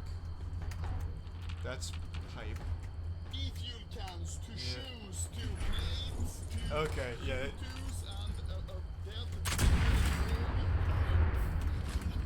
So his spot is pretty gross. There's a lot of trash in here, Papa. Store shit in there. Why would you do that though? Yeah, I love Olive Garden, so I'll get takeout and I'll keep the box. Just in case I ever need it. That's such a weird thought process. Like, it's nice to have boxes, I guess, but why tiny hardbox boxes? Just get yourself like an actual box. Wow. Alright, his closet's fucking awesome. Alright. It's not just Lego, by the way. You have Connects right here. So don't disrespect Connects. I used to love Connects. So, what? But why? He doesn't build them. He just collects the Lego boxes. I guess just for fun? Like, just to hoard all the Legos so kids can't have them? Just as a fuck you? I don't know why, Papa, do you shit a lot? This is your toilet. Look how many shit What the fuck is that? Moving further. Alright, so his dad is definitely the grosser one here. The man just piles up toilet paper rolls and a milkshake. You can't even use this sink. Alright, so this one's pretty gross. Alright, now we're getting something. What? Come on. Because I cut my finger. God damn it, does though. Blood in here as well. Yeah, here on the wall you can see some of the blood. Didn't even bother to wipe it? Like once? You see, it's blood from crimes. Yeah. Oh my god. So this is where he opens all of the CSGO trading cards. Man just wakes up after a wet dream, he's like, fuck, let me see if I can pull a simple card. Spends 2 hours just throwing the wrappers off to the side. So this is like a Halloween department store. He's got a cool mask. Some suitcases. I don't even know if this is sealed board games. What is it, Settlers of Catan or something? What is this? That's so much fucking milk. These are all milk, right? I can't read it. It's kind of blurry, but I'm pretty sure this is all fucking milk. Oh my god, that's so rancid. Oh my lord. At least, if there's any compliments I can pay to the other battle stations, at the very least, it was sodas. So those are like mold and shit get gross, but the milk curdling and spoiling is so much fouler. Whoa. But yeah, his bones must be strong as fuck. There's no way the two of them do it themselves. They hire a professional or something. I just don't believe it. This is too much for just 2 men.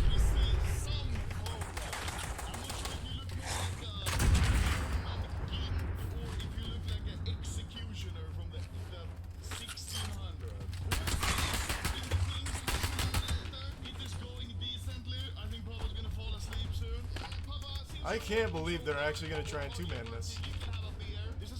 That's so admirable. They're not even cleaning, they're just kind of playing. They're just hanging out.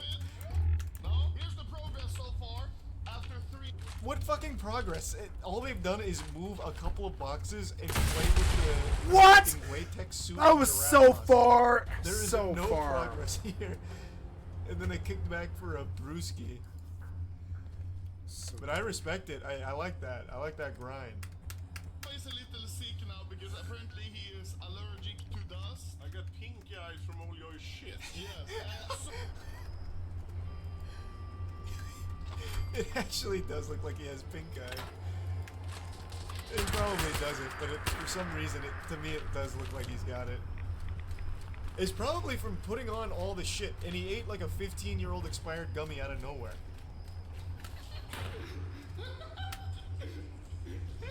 He's such a good sport. Bro, I would absolutely not help him. Again, like, it's just...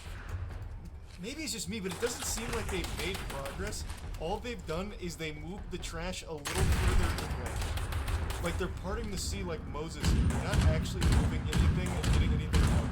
Besides that box that his dad painstakingly dragged to the garage. They're just, like, relocating the trash to other parts of the apartment. Why is he making his dad do this when this is unholy? But I do respect he's got some Yu-Gi-Oh! Booster tins here.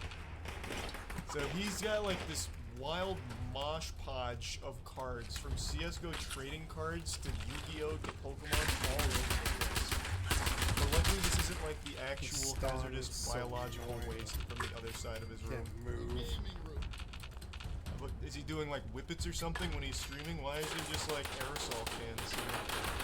Or maybe it's not aerosol, it's just water. Yeah, here it is. So much milk. Look how deep my foot goes. Oh god. 25th of May. So I want you to open this one and have a smell. Don't. You're better than this, Pop Anomaly. Oh god.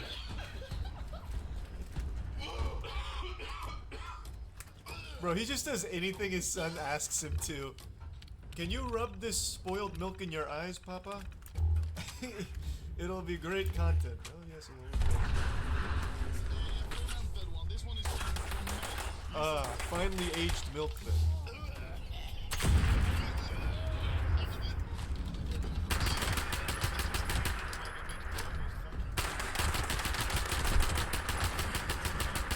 Don't. Why would you do that? You know what's inside. It's spoiled milk. There's not gonna be like some kind of mystery surprise inside of the 15-year-old milk. Oh god, I wonder what treasure fucking leprechaun left in here, like the pot of gold. There's gonna be something good in here. This is such a wild station. This one's really bad. It started off as just normal hoarding clutter and quickly devolved.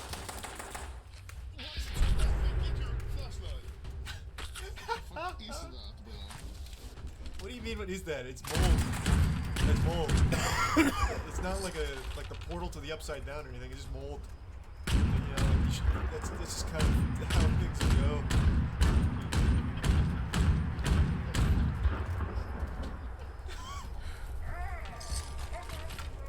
So many goodies. It's like a flea market.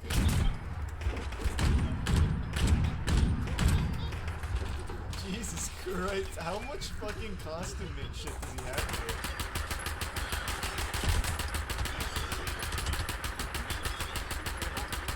Oh, I want to see like an overview of the room real quick while we're still here.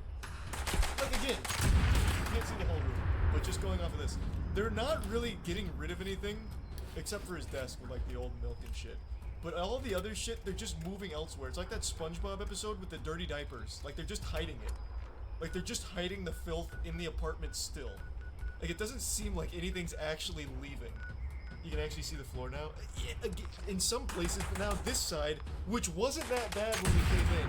These tables were pretty empty when we came in. Now they're full of shit. Just trash. They just pushed it all over here. God damn it. You are so annoying. God damn it. I don't wanna die.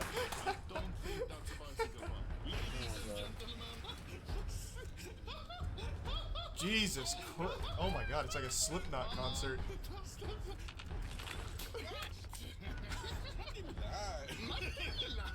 Alright, that shirt is hype. They cannot get rid of that shirt. That shirt is fucking hype. Surfing on the internet. Right at your fingertips. That's iconic. God damn it. That is fire. God damn it. Oh, that's fucked up. Don't even joke about that. It's like 2 days, you can see. Gift subs. We just found out that Papa is apparently allergic to dust. You can look into your eye. Wait, look up. What do you mean we just found out? We have known he's been allergic for dust for the last 2 days that he has been in the trenches cleaning this bitch. This is not new information. He said it on day 1. What was that? This was What this was that? information that was readily available off You of fucked Rip me. Force. What was that? Open your eye. Oh my god. Holy shit. Maybe Papa very dust allergic or something, or someone in the fan mail actually sent anthrax. Yeah. And we are going to go to the hospital now. Gotta go pee. You I'm know sorry. I'll what? be right back. I think chat's right. I think what happened here Oh, is jeez. after putting on the fucking latex BDSM kit for the 12th time, maybe some of the old goo and gunk that was left in there has penetrated his eyes and fucked him up. Like, that wasn't clean.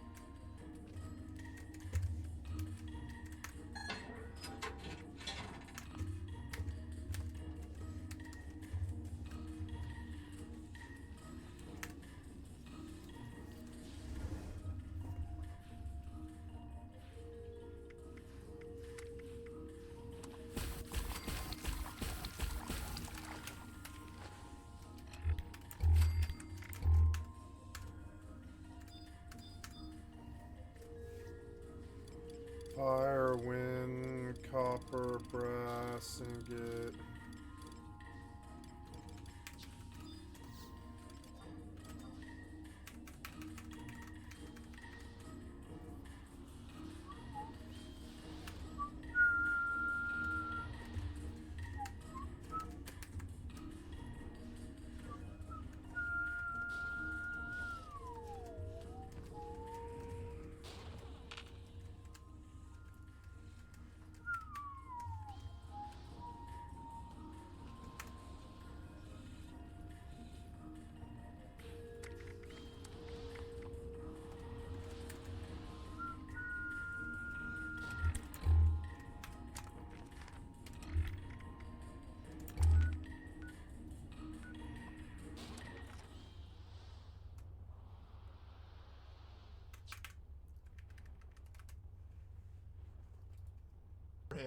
And this man went in there like 8 times into those things. He was trying on every mask and hat like he was in like a Dillard's. And we are going to make the final touches to the... What do you mean? This is exactly what I'm saying. Here's Hello, some ordinary guys and- gamers with the largest cash size just happened. Thank you. I'd like to sub to your channel. Gals, me Mudahar, and today we gotta talk about a cash heist. The largest cash Beat 'em heist out. just happened, literally Easter Sunday. Now you might have been hearing about this, and to start off with, I just want to preface this by saying I do not endorse any criminal heist whatsoever. It is wrong, it is haram, the FBI will hunt you down to the ends of the earth, and the reality of it is stealing, nobody is the winner, okay? Always play by the rules and be a stand-up howdy-do guy. Now that I've said that, let's get into the wild shenanigans of this weekend. So, ladies and gentlemen, you might have heard of the largest money heist in LA history. How did the thieves go undetected? So, ladies and gentlemen, there is a company known as Garda World, okay? Now, Garda World, if you actually look into what they do, is they are a big security contractor in North America. They operate pretty much internationally, and in some cases for the United States government itself. Now, that also said, they are the world's largest privately owned integrated security and risk company. Over 132,000 dedicated and highly trained professionals, and of course, they work for companies, governments, humanitarian organizations, and big multinationals. These guys are pretty massive, okay? And of course, one of their big services is the Cash Vault service. Count on our advanced solutions for handling cash, precious metals, and foreign exchange needs. Now I'd be like, whoa, I see where this one's going. Yeah, they got themselves broken into, boys. This wasn't any regular heist. This was a heist on a money counting facility owned by a security contractor, dude. Now, where did this actually happen? Well, this happened in Sylmar, okay? Now, if you don't know what Sylmar is, it's a bit north of Los Angeles City in the San Fernando Valley. And of course, you can look over here. It's a beautiful location. But of course, it's a location with a lot of history attached to it. For instance, do you know that Sylmar is still the home of the largest U.S. drug seizure in history?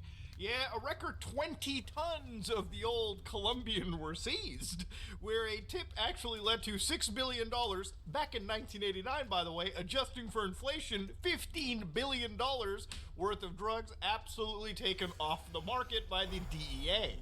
So of course, Sylmar is a place where a lot of money is apparently moved around, and in some cases, that money might not be operating in totally legitimate markets. But in this case, the 30 million we're talking about was actually in a money counting facility. So let's actually dive a little bit into what happened over there. Alright, so now that you know a rough idea of what's going on, around this area, alright, by Roxford Street and San Fernando Road, exists the Garda World money counting facility, where this actual break-in had seemed to happen. So we're looking in the parking lot right now, and of course, you can see that they've got a bit of a gated fence over here, you know, a little bit of a closed entry and exit point.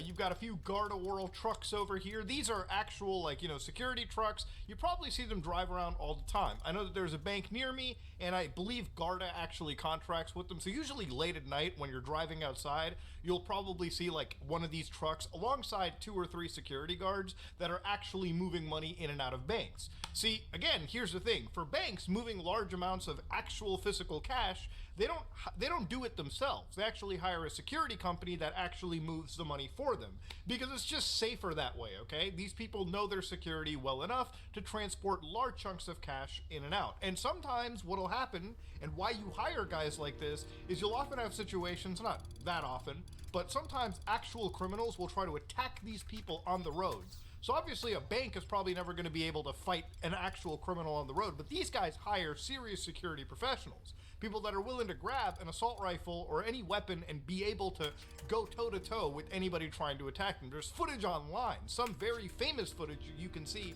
of this stuff happening around the world. So this is obviously why you hire guys like this. Now anyways, their facility over here, and this is from August 2022, what had happened was a bunch of criminals got onto the rooftop of this building, drilled their way through the roof into a vault below, and then actually had opened a hole on the side of the building, all right, broken it, and then escaped that way. Truly some real Grand Theft Auto shit right here. Payday 2 level of heists, okay? This is a full stealth job. Death wish difficulty, death sentence difficulty, 1 down. So if you look carefully around over here, obviously they have to have a security camera perimeter. Clearly no security cameras to watch the top of the building apparently. And of course, if you look around over here, obviously inside this building, you can see that right here. This is obviously where they move cash into via trucks. And of course, inside this facility, they count the money. Now, it's from my understanding that in a money counting facility, usually it's done underground, all right? Like cameras are everywhere. There's a lot of surveillance going on. So there's been a few people, obviously a lot of people questioning the legitimacy of this heist, all right? Whether it was actual criminals who did it or it was criminals that had potentially an inside job. So apparently, according to the officials in this situation, these guys got through the roof into the vault below where apparently the money is kept. And then apparently there was like a hole on the side of the building. This is from like ABC News, where like they flew above and they saw this boarded up little hole with debris on the ground. And again, it's unconfirmed if that damage is related to the burglary, but it's like, it's straight out of GTA. It's like, what, they got in, got to the vault, what, set up C4 or something, blew up a hole on the side or drilled it out, and then escaped that way? The world is currently unknown, all right? The world doesn't know. The FBI is involved, the law enforcement agencies are involved. There's currently a manhunt to find these people for this apparent actual heist. So again, one of the things people have kind of asked is how much of an inside job is this really? Now, Rooftops, based on, again, what Fox had actually interviewed, a Stacy Porter, a retired Homeland Security agent, said that businesses often neglect the vulnerability of the roof. But even if people manage to make their way into the building, there should be plenty of security, and should be is absolutely true. So the reason why there's been a lot of speculation this is an inside job is that this wasn't, again, a regular building. It was a money counting facility run by a big security contractor. So obviously you have to have a decent layer of security inside you. There's got to be a shit ton of cameras. Even speaking of the vault, for instance, right? When people talk about drilling into a vault, you can't really just drill into a vault, for instance. To be honest, this is just one like countermeasure that I'm showing you. This is a seismic vibration center, again, for safes and vault from Honeywell. And the idea here is these are seismic vibration sensors designed to protect high value and high risk financial, retail, and other applications and assets. So what happens is that they are installed in newer existing security systems, and they basically are designed for shock sensing. So it detects attacks on bank vault doors, ATMs, deposit safes, strong room vaults, modular vaults, vending machines, even freestanding safes, hatches, gates, chests, so on and so forth. And it detects attacks from heavy strokes of a sledgehammer or even explosives, repeated knocks from hammers and chisels, or drilling, mechanical cutting, ascertain torches, thermal cutting, water-cooled diamond drills, so on and so forth. Okay, this is not like Grand Theft Auto or Payday where you can just set up a little drill and go through it. Sensors like this will trip an alarm off long before a person even gets, you know, maybe like an eighth of an inch into a vault. So for the fact that the vault exists, you have to imagine that Cardiff probably actually has all of these security systems in place. So a more, likely answer, seemingly it appears that it could be somebody inside gave them like code access, and that's how these people got through the roof and grabbed $30 million worth of cash, which, by the way, isn't a small chunk of change, all right? It's not something that you can just stuff into duffel bags and run away. $30 million in cash is a pretty heavy amount to be taking out with you in a way, in a